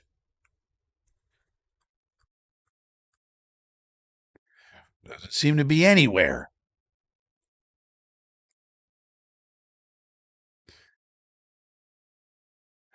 Do so. Yeah. So that's where we are. That's where we are. Keep it simple. Wentz did pretty good with right calling plays. Well, he did relatively better uh, than before. Now, I put this out this morning, RC. That's why you guys should all follow me. So, the best measurement we have of quarterback play, in my opinion, is Anya, average net yards per attempt. Carson Wentz had 2 decent years. 2017, that's the big year that everybody talks about. That was 10 years ago. Then the following year, he was pretty good. His Anya in 2017 was 7.43. 7.0 is good. Then the next year, he was at 6.89. That's, almost good. All the other years, he has sucked. And then his other time when he was with the Colts, he had a 6.5. That was in 2021. So 5 years ago, he was probably below average with Reich calling plays. So let's not repeat the things we're hearing in the news, in the media, without critically applying our brain to figure out what is actually going on. And statistics help us with that. Now, statistics are not everything. You have to also combine film study, as I've been stressing. And if you watched the most relevant year for any player is the previous year. It's not 10 years ago and 17,000 years ago. It was the previous year. What was his Anya last year for the Vikings, Frankie? He started 5 games. Well, it was 5.24. That sucks. And then I've watched 3 or 4 of the games already. I'll watch the final 1 or 2 probably tonight. And the eye test sucks. He's not good. Oh, but Reich wasn't calling the plays. Oh, so Frank Reich is going to call the magical plays? I mean, Kevin O'Connell was thought to be a quarterback whisperer. Kevin O'Connell sucks at calling plays. Justin Jefferson's not good to throw to. Jordan Addison stinks. TJ Hawkinson's a shitty player. He had tons of weapons. He had one of the best play callers in the NFL, and he managed a 5.24 average net yards per attempt last year. The most relevant year for him, not 5 years ago and 10 years ago. No bueno. He's throwing picks. He's fumbling. He's getting sacked. Poor pocket presence. It's not pretty. Watch the games, RC. Watch the games. Jake Asman, will you come on my show? No, sir. I don't go on anybody's show, Jake. Don't be offended. Hoping Mooj is moving in silence. Well, let's hope so. But we got to hear, again, I keep saying this. For Carr, we would get something from the league saying the Jets have been granted permission. That's a league thing. You can't do that in secret. When the Jets officially ask permission from the Saints, they got to go through the league. The league then makes that request of the Saints. Then the Saints reply to the league, and the league tells us yes or no. It would be yes, but so then the league is going to leak it. There's no way they're not leaking that. That's juicy, juicy info that they know is going to run news cycles, especially if it involves the Jets in New York, right? So it would leak. Josina Anderson would have it in 2.5 seconds. She always has the leak sources. Let's just check in on Josina. Funny. This is the last thing from Josina Anderson, right? So Josina Anderson, and like I always say with these media people, you got to know how to filter them. Josina has good information a lot of the time, and it's almost always a league source. So what's her latest tweet? In case you missed it, a league source told me this morning to look out for a couple of other things as we warm up towards free agency. We'll be back in a few, she said 7 hours ago. So, but it just goes to show Josina Anderson has all the league sources. And as soon as that request would come in, those league sources would leak it right to Josina and it would go out and then everybody would know it. Now, Cousins, yeah, there could be silencio going on there because he's going to be a free agent. He is not a free agent as of now. But then again, his agent, Cousins' agent, Mike McCartney, works for Vayner Sports, and Vayner Sports is owned by Gary Vaynerchuk and AJ Vaynerchuk. So it's possible they're just keeping it on the down low for some reason. That's possible. But with Carr, no. No, sir. No, sirree, Bob. RC says, I'd say Wentz is one of the two quarterbacks we're after. Oh, you think so, RC? Well, that's what the news is reporting. How original of you. You're repeating what's being said by the major media people. Wow, RC, that's groundbreaking. How did you even think of that? Just repeat what the major big media people are saying. Oh, wow. You could just take what they're saying and then repeat it. Ah, incredible. How did you come up with such brilliance?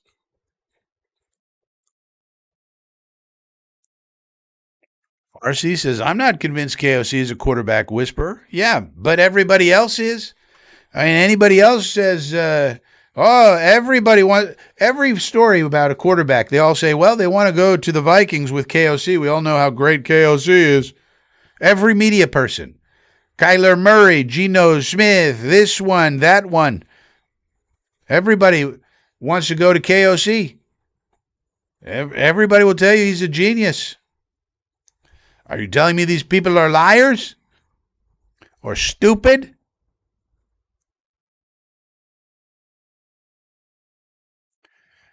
You just ruined my entire year. Sorry, Jake. Sorry, man.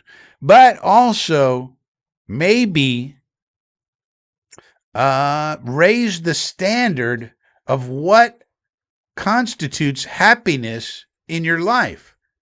You know, having me on the show should not determine your relative happiness as a human being on planet Earth. Like, you know, you could say, well, how many homeless people did I give money to this year? Or how much money did I, give to charity? Or how much effort did I put into helping people this year? Or, in my conversation with Gary Vaynerchuk, perhaps I could have asked him about Kirk Cousins and his agent and all of this because, after all, you're ESPN Jake. You have access to these people. I'm Frankie. I'm sitting here in my apartment. I got no access to anybody. But you got contacts, my man. You got people. You got all these folks who come on your show and talk to you. And maybe we could have gotten more information out of Mr. Gary. And then you could have based your happiness upon that. Oh, look, I extracted this information that's helpful to all the Jet fans about Kirk Cousins. Here's what he hates about them. He's definitely not coming because he hates Jaime El High or, Steve Gutman back in the day, or he just fucking can't stand Woody. So there's just no chance, no matter what we do, we're not convincing him. Sorry. Or whatever he would say. Then we would have that information. And then you could base your life happiness upon that. I think that would be a better way to go, Jake. Bialy says call Kurt Warner. Yeah.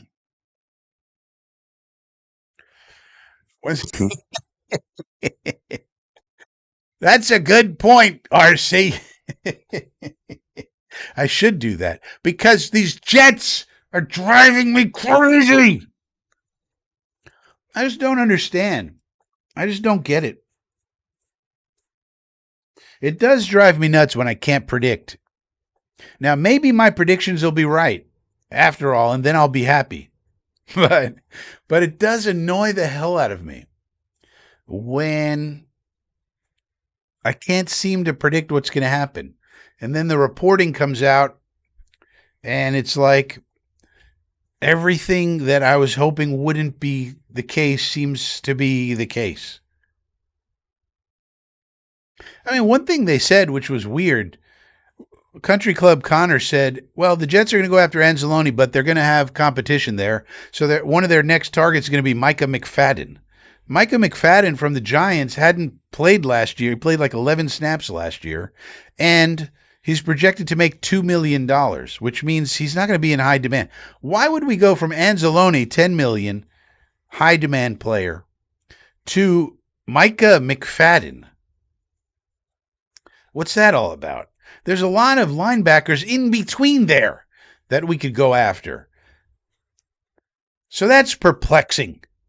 And then they had all this stuff with the quarterbacks, and they're talking about Geno and Carson and fucking Kyler Murray and all these dumbasses. So you're right, RC. You're right, though. I got to calm down. But I will tell you, if we go into the season with this confederacy of dunces at quarterback, do you understand how depressing of a season that's going to be? Nobody's going to follow. Nobody's going to pay attention to my videos. Nobody's going to pay attention to anybody's videos. I mean, there's people are going to just give up on this team. At some point, you just go, enough. I can't sit through this anymore. I can't watch Carson Wentz with his wild man routine. Interceptions, fumbles, sacks, nice play, sack, fumble, interception, nice play. I can't do it.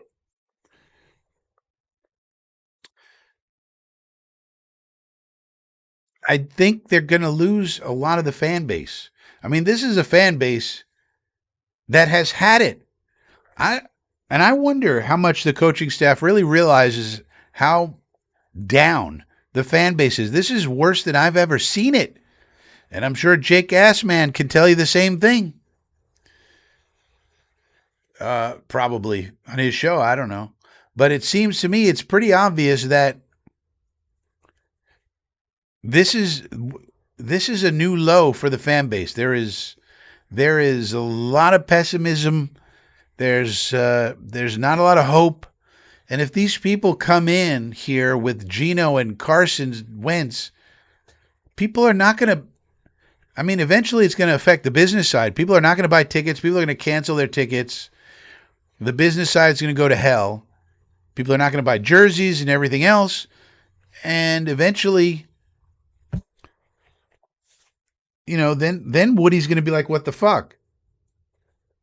Aaron and Darren, you told me you had a plan. Everybody's canceling their season tickets. The money's going down the tubes. Jaime El High is upset. What's going on here? You know, once you lose a certain percentage of the fan base, especially kids, they don't come back. You're losing lifetime customers because you're being a dumbass. It's crazy.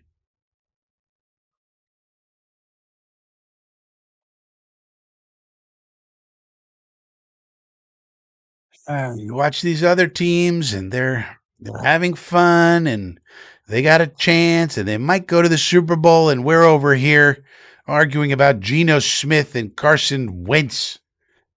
Oh, love of God. This is the best show ever. I don't know. There's got to be something better. The gray cloud is over the Jets. I think there may be a black cloud over the One Jets Drive facility that sucks the brains out of otherwise smart people when as soon as they enter the damn building.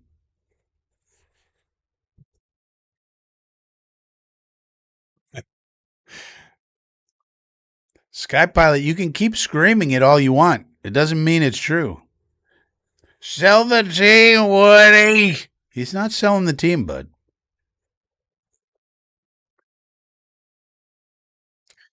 Well, Eric Craig said he gave up last season halfway through. New season, new hope.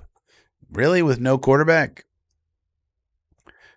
Do you understand, Eric, that the quarterback is a fairly important position on a football team? And we got nothing.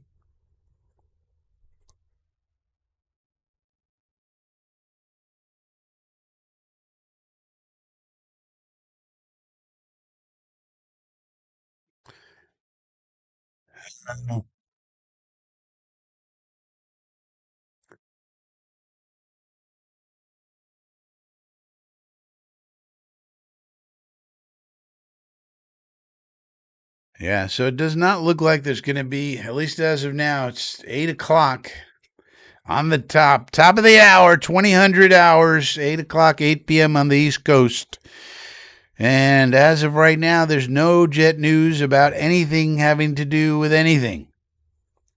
And so we still really do not know what in the hell they are about to do. This is like going back, even the Badlands people said this, so it's got to be true because they're always comparing everything to Jericho Cotchery and fucking Chad Pennington.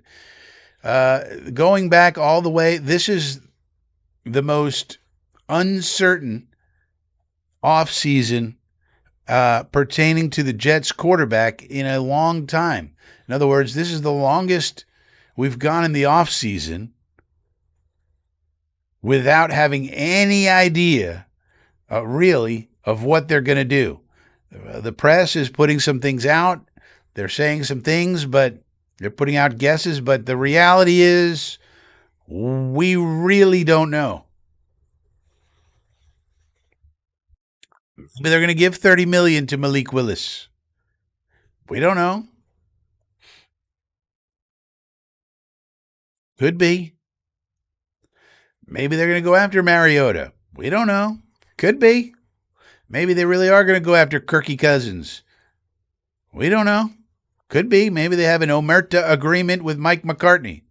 Now, Mike McCartney of Vayner Sports, that's a type of agent who probably would shut his fucking mouth if you asked him to.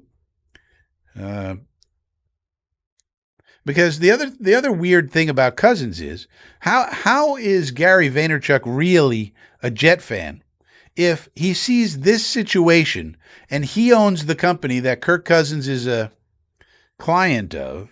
Now, I'm not saying that that agency is just going to put their guys on the Jets. That's ridiculous. They're not going to do that. But this one situation here where it's a perfect fit. There's no other fit better for Kirk Cousins than right here. And Vaynerchuk is supposed to be some kind of Jet fan. Some people told me he's the greatest Jet fan of all times. Really? Why? Because he goes to the draft and screams and yells?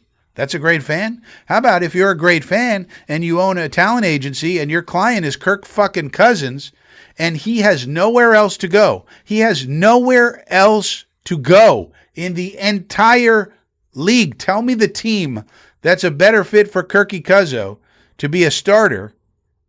There isn't one. And you're not going to sit down and have a dinner with Kirk Cousins and go, listen, bud, and give him a presentation and explain why the Jets are not, whatever reason he has that he doesn't want to come here, that it's not that bad, that it's really a media creation, 30 disgruntled employees being interviewed, 30 people who were recently fired by the Jets say the Jets stink. Oh, that's enlightening. So it's crazy. And the Jets really don't want Kirk Cousins? Really? You don't want a functional, at least average quarterback? Really? I don't know. It's rough times. These are the times that can drive a man to drink. But I'm not going to drink. I'm not going to do it. I'm not going to do it. Nope. No way, no how. No siree, Bob. Yeah, now here, okay. Now, RC, you're using your fucking brain. Okay, good suggestion. Absolutely, we got to bring back the flight crew. We need these Jersey girls dancing around with their hair flying all over the place. You know what I'm saying? Yeah, we need some Jersey Shore bitches on the sideline. They need to be swiveling their hips, shaking their money makers, and dancing around on the sideline. Yeah. Why did they ever take those people away? I mean, all the other teams still have their cheerleaders, and I don't see any real negative to it. They come to the game, they do their cheerleading. You know, it's good for morale.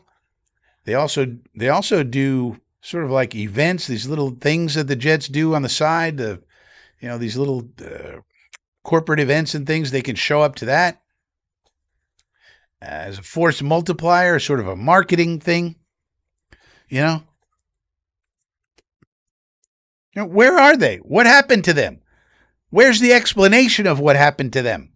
Why can't we get them back? We need a little enthusiasm. What's better to raise Jet fan enthusiasm than girls dancing around, scantily clad, with their pom-poms, Well, why can't we have that? They even took that away from us. They've taken it all. They've taken it all away. It's all gone. All out to sea, as they say. Yeah, Phil the Jet Adams is hanging in there, man. It's 1 a.m. in jolly old England. He's probably had a few pints.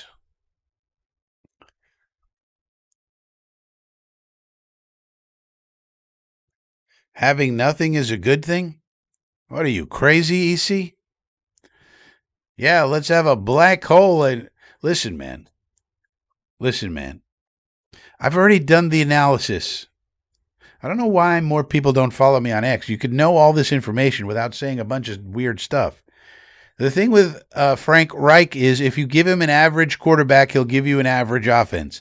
If you give him a good quarterback, he'll give you a good to great offense. If you give him a shitty quarterback, he'll give you a shitty offense. That's his whole history. It's what it is. If you give him rookie Bryce Young, it's going to be bad. If you give him a broken down Matt Ryan last year of his career, that's going to be bad. But if you give him Andrew Luck or you give him something good like Phillip Rivers that year, he can give you a good offense. This is basically what it is.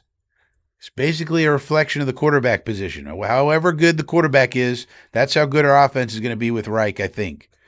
Which means basically he's not going to screw it up, but it also means he's not going to take a turd sandwich and make it into a chicken salad. You know what I'm saying?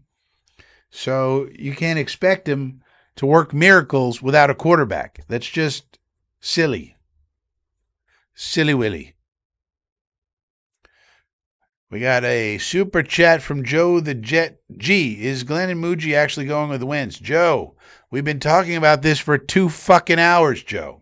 I appreciate the super chat, but we have been talking about this for 2 hours. So the reporting is they're looking at Wentz. We don't know what they're going to do. We have no other ways of knowing. That's a whole other conversation, ways of knowing. But We have no other ways of knowing what the hell's going on other than relying on these reporters. The reporters we rely on, of course, are Zach Rosenblatt, Rich Cimini, and Country Club Connor Hughes. Connor Hughes and Cimini, and all three of them, they're the only ones who count in the beat. The other people they don't ever break news or really know anything. But all three of them are saying that Carson Wentz is a realistic possibility. Hopefully it's for quarterback 2 and not quarterback 1, because as quarterback 2, it's fine. If he's the starter, it's going to be a long year. A long year. Such many a long year. We haven't had that vintage here since 1969. But anyway, that's all we know, Joe. We don't know. We're going off of the reporting. I've laid out what I think should happen based on logic. However, it does not appear that logic is going to win the day.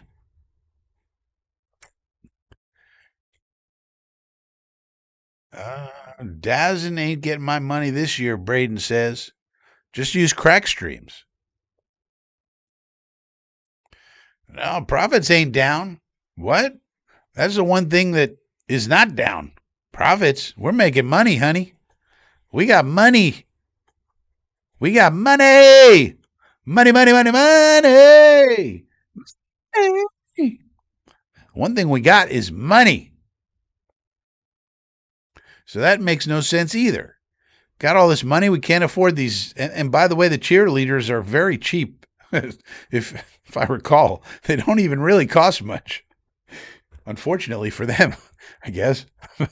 It's like, these cheerleaders, it's like a part-time job for them, and it doesn't pay very well, surprisingly, if I remember right. No, but the one thing we got is money.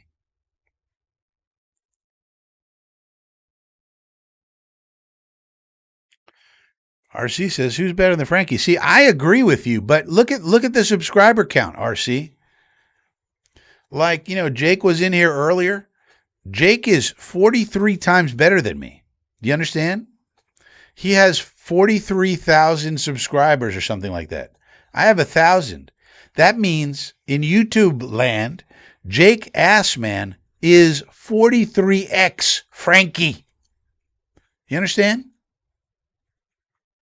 So go out there, tell your friends, tell your neighbors, tell your jetnation.com people, subscribe to the Frankie channel. You get what I think is incredible content. But then also, look at my recent videos. They're not getting any views. I don't know what the hell's going on. I think I'm revealing too much truth about the CIA. Just kidding, YouTube algorithm. I'm not talking about the CIA. Just a joke. Just a joke.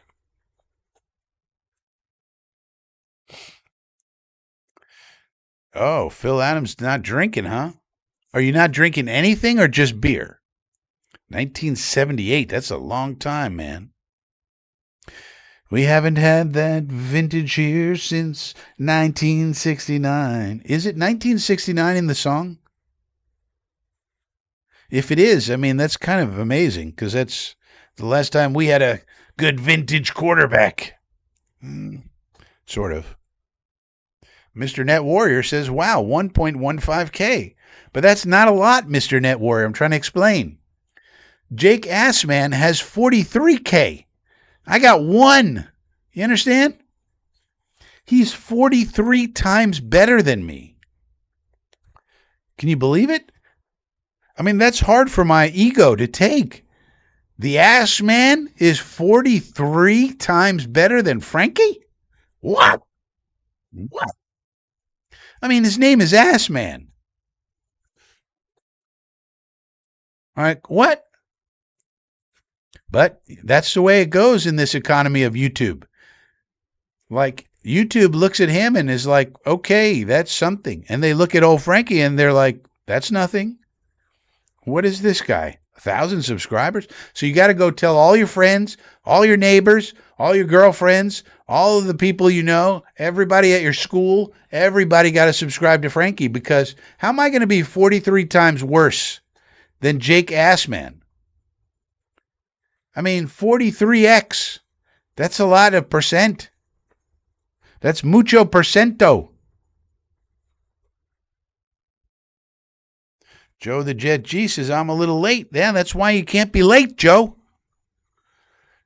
Joe, you got to be on time. Now, this is a life lesson.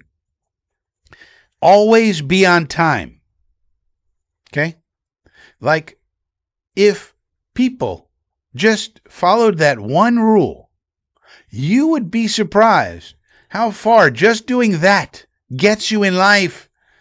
Just always never, ever, ever, ever, ever, ever, ever be late. Never. And in fact, you should be early almost all the time. And if you do that, if you were to do that, and if more people did that, they would get so much farther in life in their careers than they do. Just one rule. Never be late. Free advice from old Frankie. Ski pilote. Jets making money is the problem. Well, yeah. I think Woody does want to win, though. I think he does. I choose not to think that Woody is some cartoon villain. That's my choice because the alternative is too scary for me.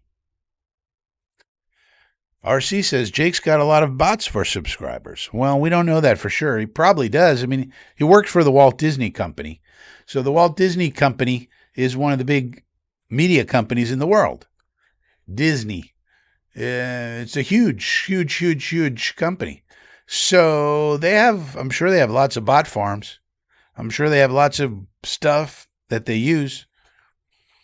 So, but I don't know, bot subscribers, that's like something from the old days. I don't know if people still do that because I think people kind of caught on to that. And then I don't know. I don't think YouTube really likes that. As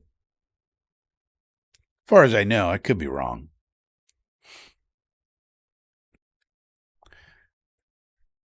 So,